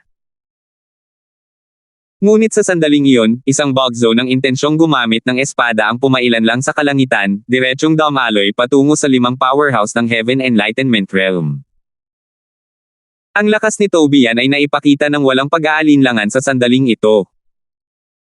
4 na powerhouse ng Heaven Enlightenment Realm ang hinarap niya ng mag-isa at hindi siya nalugmok kahit kaunti. Ang 4 na taong ito ay pawang mga piling tao na dinala ni Wayne. Ang lakas ng bawat isa ay hindi mas mababa kay Frederick. Si Tobian ay lumaban ng 4 ng mag-isa at talagang naungusan pa niya ito ng husto. Nang makita ang eksenang ito, kumunot ang noo ni Wayne na kasalukuyang nakikipaglaban kay Tudor at sumigaw kay Sherlan, kapatid na ano pa ang hinihintay mo? Hindi ba't ang batang iyon ang iyong sinumpaang kaaway? Hindi ka kumikilos sa ngayon, kailan ka maghihintay? Nang makita ni Sherlan ang eksenang ito, naging komplikado ang ekspresyon ng kanyang mukha. Sa simula, ang nasa isip niya ay ang umupo sa tuktok ng bundok para panoorin ang laban ng mga tigre. Dahil sa udyok ni Wayne sa oras na ito, agad na lumitaw ang mga alon sa kanyang puso. Kung pag-uusapan ang pagpatay kay Mateo, 100 beses siyang handa. Ngunit sa ilalim ng ganitong mga pangyayari, kapag kumilos na siya, tuluyan na siyang lalayo kay Tudor. Sa Ancient Opulent City, ang pakikipagtalo sa Panginoon ng lungsod ay malinaw na hindi isang matalinong hakbang. Tutal, hindi naman siya nag-iisa. Sa likod ni Sherlan ay ang buong Heaven's Destiny Trading Company. Pero ang Fragrant Medicine Pavilion ni Mateo ay nagdulot na ng seryosong banta sa Heaven's Destiny Trading Company ngayon. Ang pagpatay sa kanya ay maaaring magdulot ng lahat ng problema sa hinaharap. Sherlan, kung maglalakas loob kang gumawa ng hakbang, makakalimutan ng Heaven's Destiny Trading Company ang tungkol sa kaligtasan sa Ancient Opulent City sa hinaharap. Sigaw ni Tudor. Hehe, kaya pala, miyembro ito ng Heaven's Destiny Trading Company. Kapatid na huwag kang mag-atubiling kumilos. Kung hindi ka matitiis ng sinaunang marangyang lungsod, maaari kang pumunta sa aking Clearreed City. Sabi ni Wayne. Tanwo, gawin mo. Patayin mo si Mateo. Sa wakas ay nakapagdesisyon na si Sherlyn at seryosong nagsabi na si Waldo ay ipinadala ng Heaven's Destiny Trading Company upang protektahan si Sherlyn. Makikinig siya sa lahat ng utos ni Sherlyn. Nang ilabas ni Shuming ang utos sa oras na ito, natural na isinagawa niya ito ng walang pag-aalinlangan. Hindi naging mahirap para kay Waldo ang pagpatay sa isang Divine Traversing Realm. Pero umatake pa rin siya ng walang pinipigilan. Pero sa sandaling iyon, gumalaw si Mateo. Nakita ko lang ang figure ni Mateo na umangat mula sa lupa at lumipad sa ere. Ngunit sa harap ng isang makapangyarihang nilalang sa Heaven Enlightenment Realm, hindi rin naglakas loob si Mateo na maging pabaya. Lumipad siya sa ibabaw ng malaking ilog, hindi binigyan si Waldo ng kahit kaunting pagkakataon na umatake. Nang makita ang eksenang ito, nagbago ang ekspresyon ni Sherlyn. Divine Soul Mystic Art. Sword-driven flight. Nagtinginan ang lahat, at nakita lamang ang dalawang paa ni Mateo na nakaapak sa Zuan Sword, na nakasabit sa ibabaw ng malaking ilog, tunay na walang kapantay na malaya at madali. Sa sinaunang kuwebang ito, ang iba ay hindi pa nakakalipad. Sino ang mag-aakala na ang isang batang lalaki ng Divine Traversing Realm ay kayang magmaneho ng espada at lumipad sa isang Divine Soul Mystic Art? Ito ay isang bagay na walang inaasahan. Noong napakababa pa ng cultivation realm ni Mateo, kayanan niyang ipakita ang sword driving technique gamit ang isang Divine Soul Mystic Art. Ngayong umangat na siya sa ilang pangunahing cultivation realms, ang kanyang Divine Soul ay mahigit 100 beses na mas malakas. Ang pagpapakita ng ganitong kasanayan sa paggamit ng espada at paglipad ay natural na madaling nagawa. At sa oras na ito, mahinang sumigaw si Tobian, espada na nagwawalis sa lahat ng direksyon. Walang habas na sumulpat ang marahas na pag-iisip ng espada, direktang inatake ang 4 na martial artist ng Heaven Enlightenment Realm na nakapalibot sa kanya. Ang 4 na taong iyon, ang kanilang mga kalakasan ay hindi mahina. Ngunit nang atakihin sila ng ganitong pag-agos ng kanilang Hungarian gumamit ng espada, sila ay patuloy pa ring pinasabog ng paatros, bawat isa sa nilang chi at dugo ay nagkakagulo. Samantala, sinamantala ni Tobian ang pagkakataong ito para biglang lumingon at sumugod kay Waldo. Paano may lalagay si Waldo sa parehong kategorya ng lakas ni Tobian? Dati, puro pagtitimpi lang ang ginagawa ng lahat, kaya hindi agad kumilos si Tobian. Nang makita si Sherlyn na naghuhulog ng bato sa balon sa oras na ito, ang kanyang balak na pumatay ay sumiklab at hindi na maitago. Para magalit si Tobian, bukod kay Yemima, malamang si Mateo lang ang naroon. Mamatay. Tunay na galit si Tobian sa oras na ito at wala siyang balak na magpigil kahit kaunti. Naramdaman ni Waldo ang kanyang layuning gumamit ng espada na siyang bumubura sa kalangitan at tumakip sa lupa at alam niyang wala ng paraan para siya ay maligtas. Napaigik ang kanyang mga ngipin at sinabi, "Gusto mo ba akong patayin? Kailangan mo ring pagbayaran ang halaga. Hey, kasama lang ang mga katulad mo." Kaya ni Tobian nalipulin ang buong pamilya tao gamit lamang ang kanyang lakas. Paano naging karaniwan ang kanyang lakas? Sa mga nakalipas na araw, ang kanyang layuning gumamit ng espada ay mas lumakas ng isang hakbang sa pamamagitan ng gabay ni Mateo. Ang kanyang lakas ay higit pa sa isang antas na mas malakas kumpara dati. Walang pipigil, direktang nilipol ni Tobian si Waldo na parang pagdurog ng isang tuyong sanga. Matapos patayin si Waldo, itinaas ni Tobian ang kanyang mahabang espada ng paalang, at hamarang siya sa harap mismo ng malaking ilog, habang malamig na sinasabi, "Sino pa ang maglalakas loob na hawakan ang kapatid ko?" Nang marinig ang matinding ungol na ito, bahagyang natakot ang lahat. Sa 4 na makapangyarihang kapangyarihan ng Heaven Enlightenment Realm na iyon, wala ni isa ang talagang nang-ahas na humakbang paarap. Patay na si Waldo. Wala nang ibang maaaring magbanta kay Mateo. Napilitan ni Wayne na umatras si Tudor sa isang galaw lamang, at tumigil din ang dalawang tao sa labanan. Nang makita ni Tudor si Waldo na nakahiwalay na ang ulo sa katawan nito, isang lamig ang dumaloy sa kanyang gulugod. Mula nang lipulin ang pamilya Tao, matapos niyang bigyan ng babala si Tobian, hindi na niya talaga ito nakitang kumilos muli. Noong panahong winasak niya ang pamilya Tao, ang lakas ni Tudor ay mas malakas pa sa isang antas kaysa kay Tobian. Ngayong lumipas na ang ilang taon, hindi niya inaasahan na ang lakas ni Tobian ay talagang nakakatakot sa ganitong antas. Sa nakikita niya ngayon, si Tobian ay muling bumuti ng malaki kumpara ilang taon na ang nakalilipas. Kahit na makaharap niya si Tobian, mahirap sabihin kung mananalo o matalo. Lubos na sinupil ni Tobian ang lahat gamit ang kanyang lakas. Natural lang na hindi alam ni Tudor na si Tobian ay nasa isang hadlang sa loob ng ilang taon na ito. Kamakailan lamang ay nalampasan niya ang hadlang, at ang kanyang lakas ay mabilis na umuunlad. Kinontrol ni Mateo ang espada at dahan-daang lumapag sa tabi ni Tobian, ibinuka ang kanyang bibig at sinabing, "Kapatid na Jun, maraming salamat." Malamig na sabi ni Tobian nang marinig niya iyon, "Bakit tayo magpasalamat?" Ang ekspresyon ni Wayne ay walang kapantay na pangit. Hindi niya inakalang ganito pala kalakas ang lakas ni Tobian. Ang hangganan ni Tobian ay halos kapareho ng sa kanyang apat na nasasakupan. Sa una ay naisip niya na kahit 4 laban sa isa, kahit hindi sila manalo, makakamit pa rin ang pagsupil. Sino ang mag-aakala na hindi lang siya kayang pigilan ng 4, agad pang ang pinatay ni Tobian si Waldo. Ngayon, sa ilalim ng ganitong mga pangyayari, ang pagnanais niyang patayin muli si Mateo ay walang ang kalokohan lamang. 748. Tobian, mukhang determinado kang pahirapan ang pamilya Peiko. Seryosong sabi ni Wayne. Nang marinig iyon, hindi nagsalita si Tobian, ngunit bahagyang kumunat ang kanyang mga kilay. Napakalinaw, medyo nag-alangan siya sa mga sinabi ni Wayne. "Miyembro ka ba ng pamilya Pei?" Tanong ni Tobian. "Ang kuya ko ay si Pei Kun, ano sa tingin mo?" Tanong ni Wayne ng mayabang. Muling kumunat ang noo ni Tobian at sinabing, "Isa sa 7 banal na anak, si Pei Kun." Hey, mukhang marami kang alam. Tama, isa nga pala siya sa 7 banal na anak, si Pei Kun. Kung hindi ka naniniwala, pwede mong tanungin si Tudor, sabi ni Wayne.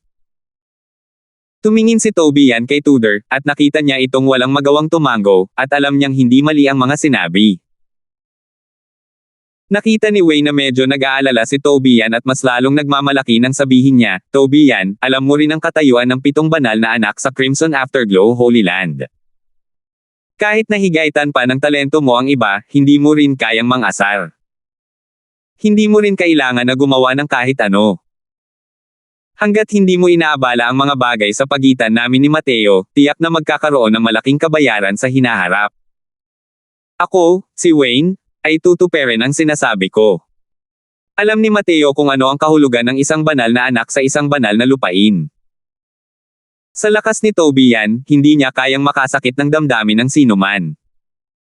Ang mga banal na anak ang iilang nakababata na may pinakamataas na talento sa isang banal na lupain.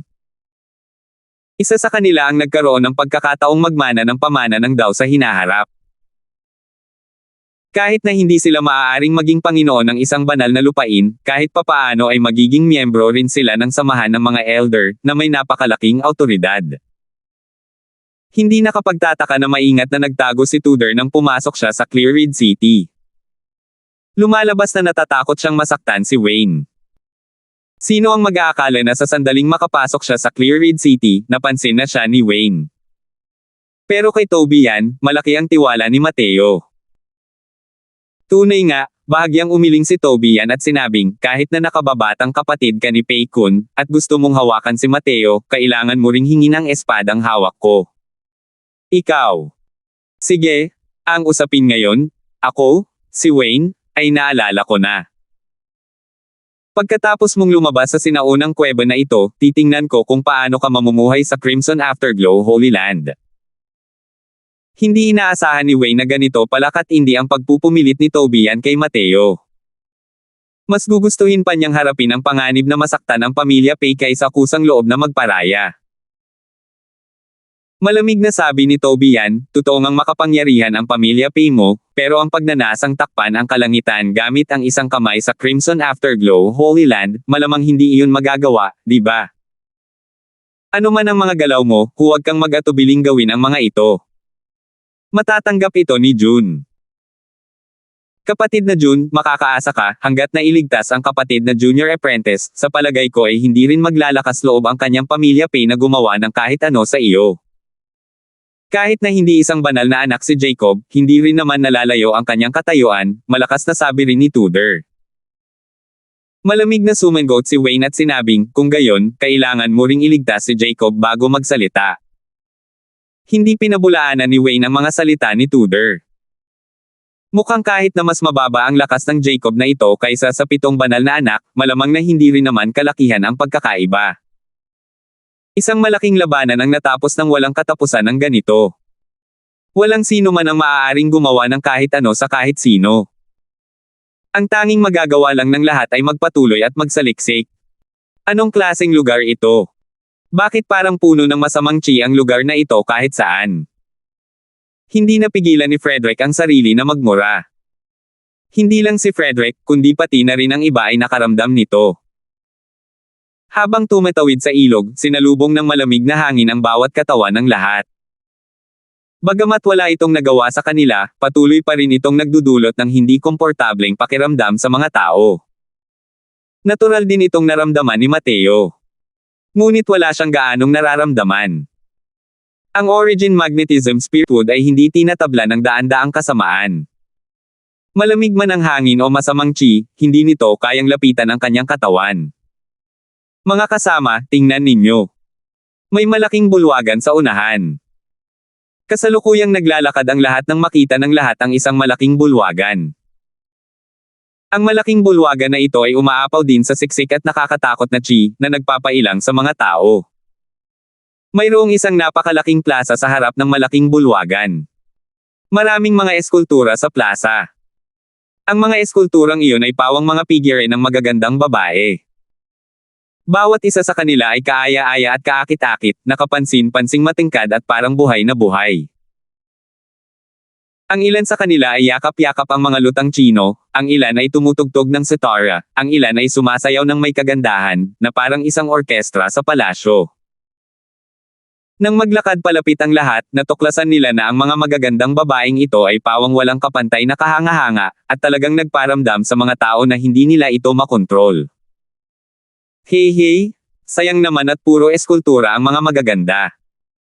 Kung totoong tao sila, siguradong makakahanap tayo ng kasiyahan. Sabi ng lahat, kapag namatay habang ninanamnam ang isang babae, masaya na rin silang multo. Hindi ko alam kung sino ang gumawa ng mga eskulturang ito, hindi naman mababaw ang swerte nila sa mga magaganda. Nang makita ng mga martial artist na ito ang magagandang eskultura ng kababaihan, bawat isa sa kanila ay walang kapantay na nalasing. Tunay ngang ang mga eskulturang ito ay parang totoong tao. Ang ekspresyon sa kanilang mga mukha ay natural din. Bukod pa rito, ang kanilang pang-aakit ay sumulpat ng walang katapusan, na nagdulot ng nakamamatay na atraksyon sa mga lalaki. Ang mga babaeng ito ay natural na ipinanganak upang maakit ang mga lalaki. Sa sandaling iyon, biglang tumunog ang magandang musika sa plaza. Ang musika ay tumunog sa tenga ng lahat na parang tinutugtog, banibighani ang kanilang mga isipan at espiritu. Walang kapantay na nakalalasing. At sa oras na ito, isa-isang nabuhay ang magagandang babaeng iyon sa plaza, at nagsimula silang magtanghal sa harap ng lahat ng may lubos na kahangahangang mga anyo. Hahaha, halika rito, halikan mo ang Panginoon. Girlie, halika, umupo ka sa kandanggan ng Panginoon. Paano pa kaya ito natitiis ng mga martial artist na naglalakbay ng magkasama? Bawat isa sa kanila ay sumugod patungo sa mga magagandang babaeng iyon. Sa isang iglap, naging lubhang magulo ang buong plaza. Maging ang mga martial artist ng Heaven Enlightenment Realm ay lasing din dito, hindi nagawang makawala, kabilang sina Wayne at Tudor. Ang mas magaling ng kaunti ay si Tobian. Tila masakit ang ekspresyon ng mukha niya, na parang nahihirapan. Ngunit unti-unti nang nanlalabo ang mga mata niya.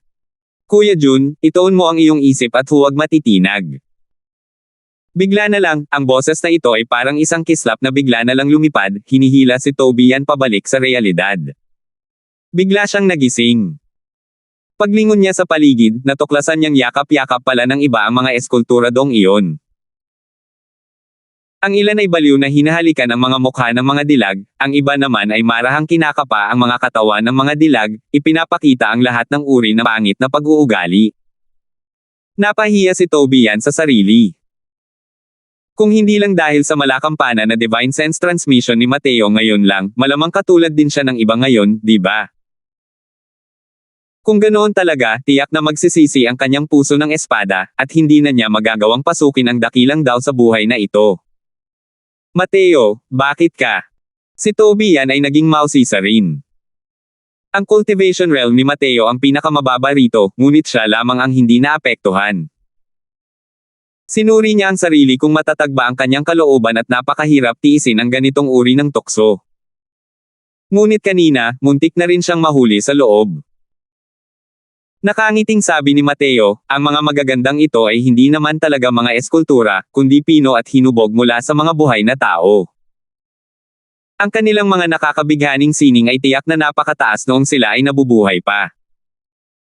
Kaya pa rin nilang magdulot ng matinding pang-aakit laban sa mga martial artist pagkatapos ng kamatayan. May naramdaman akong kakaiba pagkatapos kong pumunta sa plaza na ito, kaya agad akong pumasok sa Heart-like Monolith Realm. Kaya naman, hindi ako naapektuhan. Kung nasa normal na kondisyon lang ito, aksidente ring mamamatay si Mateo. Pero hanggat pinag-iibayo niya ang pagbabantay, para sa ganitong uri ng nakakaakit na sining na gustong linlangin siya, hindi talaga ito magagawa. Ang tinatawag na pusong parang monolito, hindi natitinag ng walong hangin, ang hangganan mismo ng kaharian ng puso ang siyang kaaway ng mga nakakaakit na sining na ito. Natural lamang na hindi siya apektado. Natakot lang si Tobian sa mga sinabi ni Mateo. Bulalas niya, anong sabi mo? Sila. Lahat sila ay pino mula sa mga nabubuhay na tao. Ito. Paano ito naging posible? 749. Tiningnan ni Tobian ang mga eskulturang iyon, baka sa kanyang mukha ang gulat. Kung hindi dahil kay Mateo, hindi siya mag-iisip sa direksyong ito. Pero ngayon, habang tumitingin siya, lalo niyang nararamdaman na totoo ang sinabi ni Mateo. Ang mga eskulturang ito ay talagang parang totoong buhay, matingkad at puspos ng buhay hanggang sa maging eksaktong kapareho ito ng isang totoong tao. Ang mga ekspresyon ng mga magagandang ito ay kahangahangang parang totoong buhay na hindi maiiba sa orihinal. Napakahirap para kay Tobian na isipin kung anong uri ng manggagawa ang kayang humugis ng ganito katingkad na mga eskultura. Iisa lang ang posibilidad, lahat sila ay mga taong nabubuhay.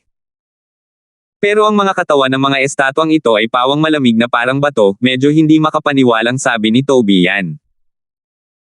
Bumantong hininga si Mateo at sinabing, nagsaliksik ako tungkol sa mga sinaunang kasanayan sa alchemy. Noong sinaunang panahon, mayroong isang uri ng gamot na tinatawag na petrifying powder. Pagkatapos inumin ito ng mga tao, ang kanilang buong katawan ay magiging matigas na parang bato, at ang kanilang mga ekspresyon ay mananatili rin sa sandaling iyon na parang takot magpakailanman. Sa palagay ko, ang mga magagandang ito ay malamang na nadraw ng petrifying powder, kaya sila naging ganito, tama ba? Ito. Kung gayon, ano ang nangyayari sa kanila? Itinuro ni Tobian ang iba at sinabing, tiyak na tumutugtog ang mga babaeng ito ng isang piyesa ng musika bago sila mamatay. Matapos silang matakot, ang kanilang mga buhay na kaluluwa ay ikinulong sa kanilang mga katawan ng isang tao, na walang hanggan ay hindi makakawala. Namatay silang nagkikimkim ng sama ng loob, kaya kapag may mga buhay na taong lumalapit sa kanila, gagamitin nila ang lahat ng kanilang kakayahan bago mamatay upang linlangin ang mga buhay na tao. Kapag tuluyan na silang nawala sa loob, ang kanilang mga banal na kaluluwa ay aalis sa katawan, magpakailanman ay hindi na makakabalik sa kanilang mga katawan, sabi ni Mateo. Si Tobian ay binalot ng takot. Ang mga nakakaakit na sining ng mga babaeng ito ay lubhang kakilakilabot. Sila, ang mga martial artist na ito ng Heaven Enlightenment Realm, ay hindi ito kayang tiisin. Kung hindi dahil sa babala ni Mateo, malamang hindi rin siya makakatagal. At ayon sa sinabi ni Mateo, hindi ba't nasa malubhang panganib ang iba? Kung gayon, ano ang dapat nating gawin ngayon? Mag-ipon. O hindi mag-ipon? Nag-aalangan na sabi ni Toby yan. Sabi ni Mateo, napakasama ng sinaunang kuwebang ito. Sino ang nakakaalam kung gaano karaming panganib ang nasa likuran? Ang pinakamatinding kalaban natin ngayon ay hindi sila, kundi ang mga panganib dito. Ang hayaan silang mamatay ng malaya ay maaaring hindi magandang bagay para sa atin. Ang isang nilalang na kayang pinuhin ang mga kakaibang eskultura ay malamang na hindi ganoon kadaling pakisamahan. Sa loob ng kuwebang ito ay puno ng mga panganib. Kung sina Mateo at Toby yan lang ang 2 taong iyon, napakahirap magpatuloy. Kung mayroon man talagang nakasalamuha, mas malaki ang pag-asa na mabuhay kung mas marami ang mga tao. Kung gayon, paano makatipid? Kung pag-uusapan ang pagpatay sa mga kalaban at pakikipaglaban, napakahusay ni Toby yan. Ngunit sa ganitong sitwasyon, wala siyang masabi kundi ang mapait na tingin. Dahan daw ang ipinikit ni Mateo ang kanyang mga mata, habang bumubulong ng mga oras ayon sa hangin. Isang alon ng maringal na puwersa ng kaluluwa ang kumalat. Naging seryoso ang mga mata ni Toby yan, at tumingin kay Mateo ng kakaiba. Hindi niya inaasahan na ang soul force ni Mateo ay talagang napakalakas. Basag. Biglang sumigaw ng mahina si Mateo. Hindi malakas ang boses, pero napakalakas ng tumatagos na puwersa. Ang mga tunog ng prajna na umaalingaw-ngaw pa rin sa plaza ay agad na nagkalat dahil sa sigaw na ito ni Mateo. Kasabay nito, ang boses ni Mateo ay kumalat din sa karagatan ng kamalayan ng lahat. Walang dadang ang sigaw na ito ay nagbibigay liwanag sa mga naliligaw sa gabi, direktang hinihila sila pabalik sa realidad. Pupupu. Ano ba itong ginagawa ko? Nakakadiri talaga. Diyos ko, ano ba itong ginagawa ko ngayon? Ayoko nang mabuhay pa. Nakakahiya. Namula sa kahihiyan ng grupo ng mga martial artist nang matuklasan nilang gumagawa sila ng mga kaiyahiyang aksyon. Ang mga mukha ng ilang eskultura ay puro laway dahil sa mga halik ng mga martial artist, at nakakadiri ang itsura. Umiling si Mateo at bumaantong hininga, ang mga taong ito ay talagang tindi ang panlasa. Kung hahayaan mo silang magpatuloy sa pag-unlad, sino ang nakakaalam kung ano pa ang gagawin nila sa likod? Tumawa ng malakas si Toby yan at sinabing, likas na tao, likas na tao. Hahaha. Kahit gustong-gusto niyang magtiis, hindi pa rin napigilan ni Toby yan sa huli at nagpakawala ng isang malakas na tawa. Nang marinig ng iba ang kanyang tawa, bawat isa sa kanila ay nagnais na sana ay makahanap sila ng butas sa lupa na mapaghuhukayan. Kung talagang magagandang babae ang mga eskulturang ito, kalimutan na natin yan. Pero bawat isa sa kanila ay talagang gumawa ng ganitong mga bagay sa mga estatwa. Grabe ang kahihiyan nila hanggang sa bahay ng kanilang lola. Lumapit si Tudor kay Mateo na may mapupulang mukha at nagtanong, iyon. Master Croswell, ikaw ba ang nagligtas sa amin? Tama iyan. Kung hindi dahil kay Mateo, patay na sana kayong lahat. Kahit ang mga banal ninyong kaluluwa ay malamang na hindi na muling magkatawang tao magpakailanman. Dati, may mga taong gustong pumatay kay Mateo. Isang kabalintunaan. Biglang tumigil sa pagtawa si Toby yan at sinabing may malamig na singgal. Kanina pa niyayakap ni Wayne ang 2 estatwa, inaabot na ng kamay niya ang loob ng mga damit ng mga estatwa, at gumagawa ng kung ano-anong malaswang kilos. Nakakapangilabot ang itsura. At ang mga salita ni Toby yan ay malinaw na sinabi para marinig niya. Hey! Angas pakinggan. Ang kwentang ito ay lubhang kakaiba. Natatakot siya na kapag namatay tayo, hindi siya makakalabas ng mag-isa, di ba? Huwag mong subukan yan kay Pay na yan. Hindi ko siya pasasalamatan. Hindi tanga si Wayne. Mabilis niyang naunawaan ang intensyon ni Mateo. Kahit ano paman, ang pagliligtas sa iyo ni Mateo ay isang katotohanan, nakasimangot na sabi ni Toby yan. Nang makita ang kilos ni Wayne, medyo pinagsisihan ni Toby yan ang pagsadyap sa kanya. Pero malamig na sinabi ni Mateo, Kuya Jun, hindi mo na kailangang magsalita ng marami. Hindi rin umasa si Mateo na magpapasalamat si Wayne sa kahit ano. Walang saysay ang pakikipagtalo tungkol dito tungkol sa kanya. Umatras kayong lahat. Biglang sabi ni Mateo. Nagpalitan ng tingin ang ibang mga martial artist, ngunit sa huli ay nakinig pa rin sila at umatras. Maging sina Wayne at Sherlan na siyang pinakakontra ni Mateo ay parehong umatras sa isang tabi ng may katalinuhan. Kahit na wala siyang lubos na utang na loob kay Mateo sa salita, sa kaibuturan ng puso ni Wayne, mayroon pa rin siyang kaunting pasasalamat sa ginawa ni Mateo para magligtas ng buhay. Kahit na maliit na pahiwatig lang iyon, naroon pa rin iyon sa huli. Kahit ano pa man ang layunin nito, nailigtas pa rin ni Mateo ang buhay niya. Kaya sa pagkakataong ito, hindi na siya umawit ng ibang himig kasama si Mateo sa unang pagkakataon. Bukod dito, interesado rin siyang malaman kung ano ang sinusubukang gawin ni Mateo. Nakita ko lang si Mateo na dumating sa harap ng isang dilag at biglang iniunat ang kanyang daliri, tinapik ang glabela sa babaeng iyon. Isang mahinang puwersa ng kaluluwa ang sumalakay sa eskultura na dumadaloy sa kanyang daliri. Kaagad pagkatapos, isang eksena ang nangyari na ikinagulat ng lahat. Ang eskulturang iyon ay naglalabas ng isang mahinang liwanag na halo. Sa gitna ng gulat na tingin ng lahat, biglang nadurog at naging alikabok ang eskulturang iyon. At isang malabong multo ang lumitaw sa harap ni Mateo, eksaktong kapareho ng estatwang iyon noon. Napakalinaw, ito ang banal na kaluluwa ng estatwang iyon. Nang makita ng banal na kaluluwang iyon si Mateo, yumuko siya ng malalim. Maliban na lang, ang banal na kaluluwang multo na iyon ay tila isang ilusyon, halos maglaho na. Ang banal na kaluluwang ito ay nakakulong ng hindi mabilang na taon at nanghihina na ng husto. Hindi na niya magawang ibuka ang kanyang bibig para magsalita pa. Tumango lang si Mateo at naglakad sa harap ng isa pang eskultura at ginawa ang parehong bagay. Mabilis ding naglaho at naging alikabok ang estatwang iyon, naiwan lamang ang isang mahinang multo. Yumuko rin sa kanya ang multong iyon ng malalim at may labis na pasasalamat, mukhang maislan at kaawa-awa. Bumantong hininga ng bahagya si Mateo at naglakad patungo sa isa pang eskultura. Ganito lang, naglakad si Mateo patungo sa sunod-sunod na eskultura, ginagawa niyang alikabok ang bawat estatwa. 750. Ito. Anong nangyayari dito? Maaari kayang ang banal na kaluluwa ng isang babae ay nakakulong sa loob ng bawat estatwa? Gulat na sabi ni Tudor. Hindi naman talaga mga estatwa ang mga ito kundi mga pinong gawa mula sa mga buhay na tao. Bumantong hininga ng bahagya si Tobian at ikinwento ang sitwasyong natuklasan ni Mateo para sa lahat, na nagparamdam sa lahat ng kilabot. Ang ganitong uri ng paraan ay talagang napakalupit. Anong klaseng tao ba ang may-ari ng kuwebang ito, para makagawa ng ganitong kalupit na paraan? Hindi nakakapagtaka na ang mapang-akit na kapangyarihan ng mga babaeng ito ay napakalakas.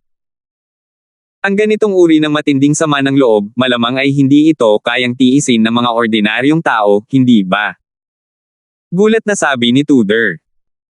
Anong klaseng paraan ang ginamit ng batang ito para malutas ang mga hinaing ng mga babaeng ito? Gulat na sabi ni Wayne. Lahat ay binalot ng takot. Ngayon lang nila natuklasan na ang mga pamamaraan ni Mateo ay sadyang hindi kapani-paniwala. Para sa ganitong uri ng malupit na paraan kung saan ang mga banal na kaluluwa ay nakakulong hanggang sa puntong magpakita sila ng sama ng loob na umaabot hanggang sa kalangitan, ang tanging paraan lamang ay ang tuluyan silang lipulin. Ngunit gumamit si Mateo ng isang hindi kilalang paraan. Hindi lamang niya iniligtas ang mga banal na kaluluwang ito mula sa mga katawan, ginawa pa niya ang bawat isa sa kanila na walang kapantay na mapayapa. Kung tama ang aking mga haka-haka, ang ginamit niya ay dapat ang Divine Soul Mystic Art, Soul Soothing Art. Ang pag-cultivate lang ng Soul Soothing Art hanggang sa ganitong uri ng hangganan ay talagang hindi kapani-paniwala. Biglang sabi ni Sherlan. Soul Soothing Art. Paano nangyari iyon? Ang ganitong hindi kapani-paniwalang paraan ay isa palang mababang antas ng Soul Soothing Art. Gulat na sabi ni Wayne. Ano mang uri ng paraan, kapag sinanay sa isang napakataas na antas, ay magiging imposible ring maisip. Iilan lang talaga ang makakagawa nito. Malamang ay umabot na sa hangganan ng pagbabalik sa orihinal na pagiging simple ang Soul Soothing Art ni Mateo. Sinubukan lang niyang makipag-ugnayan sa mga babaeng ito at pilitin silang ilabas ang sama ng loob sa kanilang mga puso, at maaari na rin silang humiwalay. Sa mga taong ito, ang pinakamaraming nag-aral ng Divine Soul Mystic Arts ay si Sherlan. Kaya naman, siya rin ang may pinakamalaking karapatang magsalita. Ang Soul Soothing Art ay isa lamang mas magaspang at mababaw na Divine Soul Mystic Art na ginagamit upang magbayad sala sa mga patay na kaluluwa. Alam din ni Sherlan ang Divine Soul Mystic Art na ito. Bukod dito, hindi mababa ang kanyang mga natamo. Kaya naman, alam niya kung ano ang ginagawa ni Mateo. Ang Soul Soothing Art na ginamit ni Mateo ay ibang-iba sa ginagamit ng mga normal na tao. Ngunit ang ganitong uri ng pamilyar na Divine Soul Wave ay hindi maitago kay Sherlan. Ang ikinamangha ni Sherlan ay ang paggamit ni Mateo ng galaw na ito ay nasa kanyang kagustuhan, sa dulo ng kanyang mga daliri. Nakipag-ugnayan si Mateo sa mga banal na kaluluwa ng mga batang babaeng ito, dala ang isang kapangyarihang nababalot ng misteryo. Isang salita lang ang maibibigay ni Sherlan sa pagtatasa ng kapangyarihang ito, kumbinsido. Gaano man kalaki ang mga hinaing na nakapaloob sa mga banal na kaluluwa ng mga batang babaeng ito, lahat sila ay magiging kalmado sa ilalim ng panghihikayat ni Mateo. Sa sandaling mawala ang sama ng loob, hindi na rin sila mapigilan ng mga balang ito, kaya't naglaho na lang ang mga ito sa ere. Hindi nagtagal, nailabas ni Mateo ang lahat ng mga dilag. Ilang dosenang malabong multo ang lumitaw sa plaza. Isang babaeng nakasuot ng dilaw ang biglang lumabas sa hanay at binati si Mateo sa pamamagitan ng pagtiklop ng kanyang mga kamay sa ibabang kanang bahagi, habang nakikipag-usap kay Mateo, mahina ang mga banal na kaluluwa ng mga kapatid. Nagpapasalamat si Morgana sa Batang Panginoon para sa iyong biyaya ng muling pagkabuhay. Pinawalang sala ni Mateo ang lahat ngayon lang at alam niyang ang babaeng nakadilaw na ito ay tinatawag na Morgana. Siya rin ang taong ang banal na kaluluwa ang pinakamalakas ngayon. Siyempre, ang tinatawag na pinakamalakas na ito ay sadyang may kakayahang makipag-ugnayan sa banal na kaluluwa kay Mateo. Tanging ang banal na kaluluwa ng Morgana na ito ang bahagyang mas malakas sa kasalukuyan at halos walang kakayahang makipag-ugnayan kay Mateo. Ang kanilang mga banal na kaluluwa ay nabilanggo sa loob ng 10,000 taon at matagal na nanghihina hanggang sa puntong maglalaho na parang ulap anumang oras. Wala silang lakas para gumanti matapos makalaya mula sa kanilang sariling mga katawan. Sige, natanggal na ang mga paghihigpit sa inyong mga katawan. Mula ngayon, malaya na kayong lahat. Tapos na ang mga nakaraang bagay. Bumalik na kayong lahat sa samsara. Malamig na sabi ni Mateo. Alam ni Mateo na ang mga babaeng ito ay pawang mga taong may kwento. Pero napakatagal na panahon na ang lumipas. Malamang ay bumalik na rin sa lupa ang taong bumihag sa kanila noon. Pero umiling si Morgana at sinabing, Young Master, nakapag-usap na ang magkapatid ngayon lang. Napagdesisyonan naming huwag pumasok sa samsara. Kumunat ang noo ni Mateo nang marinig iyon at sinabing, iniligtas ko kayong lahat, dahil pakiramdam ko ay lahat kayo ay mga taong may mapait na kapalaran. Bagamat may mga kasuklam-suklam na bagay, mayroon ding ilang mga kaawa-awang aspeto. Kung ayaw ninyong magkamalay, hindi ako masisisi. Labis na nabahala si Morgana nang marinig iyon at paulit-ulit na umiling habang sinasabing, nagkakamali si Young Master. Ang ibig kong sabihin ay gusto naming mga kapatid na sumunod sa tabi ni Young Master at maglingkod kay Young Master. Tila takot na tumanggi si Mateo, dali-daling sinabi muli ni Morgana, bagamat kaming mga kapatid ay pawang mga banal na kaluluwa na ngayon, ang pinakamababa noong nabubuhay pa kami ay ang lakas ng Faceless Realm, mas malakas kumpara sa mga taong iyon. Hanggat gumagaling ang aming mga banal na kaluluwa sa ilang antas, naniniwala ako na makakatulong pa rin kami sa Young Master. Medyo nagulat si Mateo sa desisyon ni Morgana. Para sa isang banal na kaluluwa na nabilanggo ng hindi mabilang na taon, ang pinakadakilang paglaya ay wala nang iba kundi ang pagpasok sa samsara. Pero ang mga babaeng ito ay kusang mananatili sa tabi niya at hindi rin papayag na pumasok sa samsara. Nag-isip sandali si Mateo at sinabing, mayroon pa ba kayong mga hiling na hindi pa natutupad? Ito. Hindi napigilan ni Morgana ang pag-aatubili. Malamig na sumangot si Mateo nang makita ang sitwasyon at sinabing, Humph. Sa tingin mo ba ay napakagaan ng loob ng Batang Panginoon na ito? O baka naman, sa tingin mo ay tatanggap ng Batang Panginoon na ito ang isang grupo ng mga taong may hindi kilalang pinagmulan na makasama ako? Alam ni Mateo na hindi mabubuting tao ang mga babaeng ito noong nabubuhay pa sila. Masyado lang silang mahina ngayon, kaya naman mukhang kaawa-awa sila. Kung hahayaan niya silang makabawi ng lakas, baka may magawa sila. Kaya naman, habang nakikipag-usap sa kanila, walang intensyon si Mateo na maging magalang. Labis na nabahala si Morgana nang marinig iyon at sinabing, hindi ganoon ang ibig sabihin ni Morgana. Sa totoo lang. Biglang lumipat sa voice transmission si Morgana at sinabing, sa totoo lang, kaming magkakapatid ay nabihag ng demonyong iyon noon. At sa amin, naroon pa rin ang panganay na kapatid na babae. Ang demonyong iyon ay nagbigay ng regalo sa panganay na kapatid sa Purple Origin Heretic God upang maging isang concubine noon para magustuhan siya. Ang utang na loob sa amin ng panganay na kapatid ay kasing bigat ng bundok. Kung wala siya, matagal na sana kaming namatay. Kahit alam naming wala na siya sa mundong ito, gusto pa rin namin siyang makita sa huling pagkakataon. Nagkunot ang noo ni Mateo nang marinig iyon. Ngunit biglang bumuhos ang matinding emosyon sa kanyang puso. Naranasan talaga ng mga babaeng ito ang panahon ng Divine Daw. Ang Purple Origin Heretic God na nasa kanilang mga bibig ay tiyak na isang makapangyarihang deity realm. Hindi natinag si Mateo sa panlabas na anyo, ngunit ang kanyang puso ay tumalon na sa kanyang lalamunan. Sa kasalukuyang panahon, walang sino man ang hindi naantig sa deity realm, ang dalawang salitang ito, kasama na siya, si Mateo.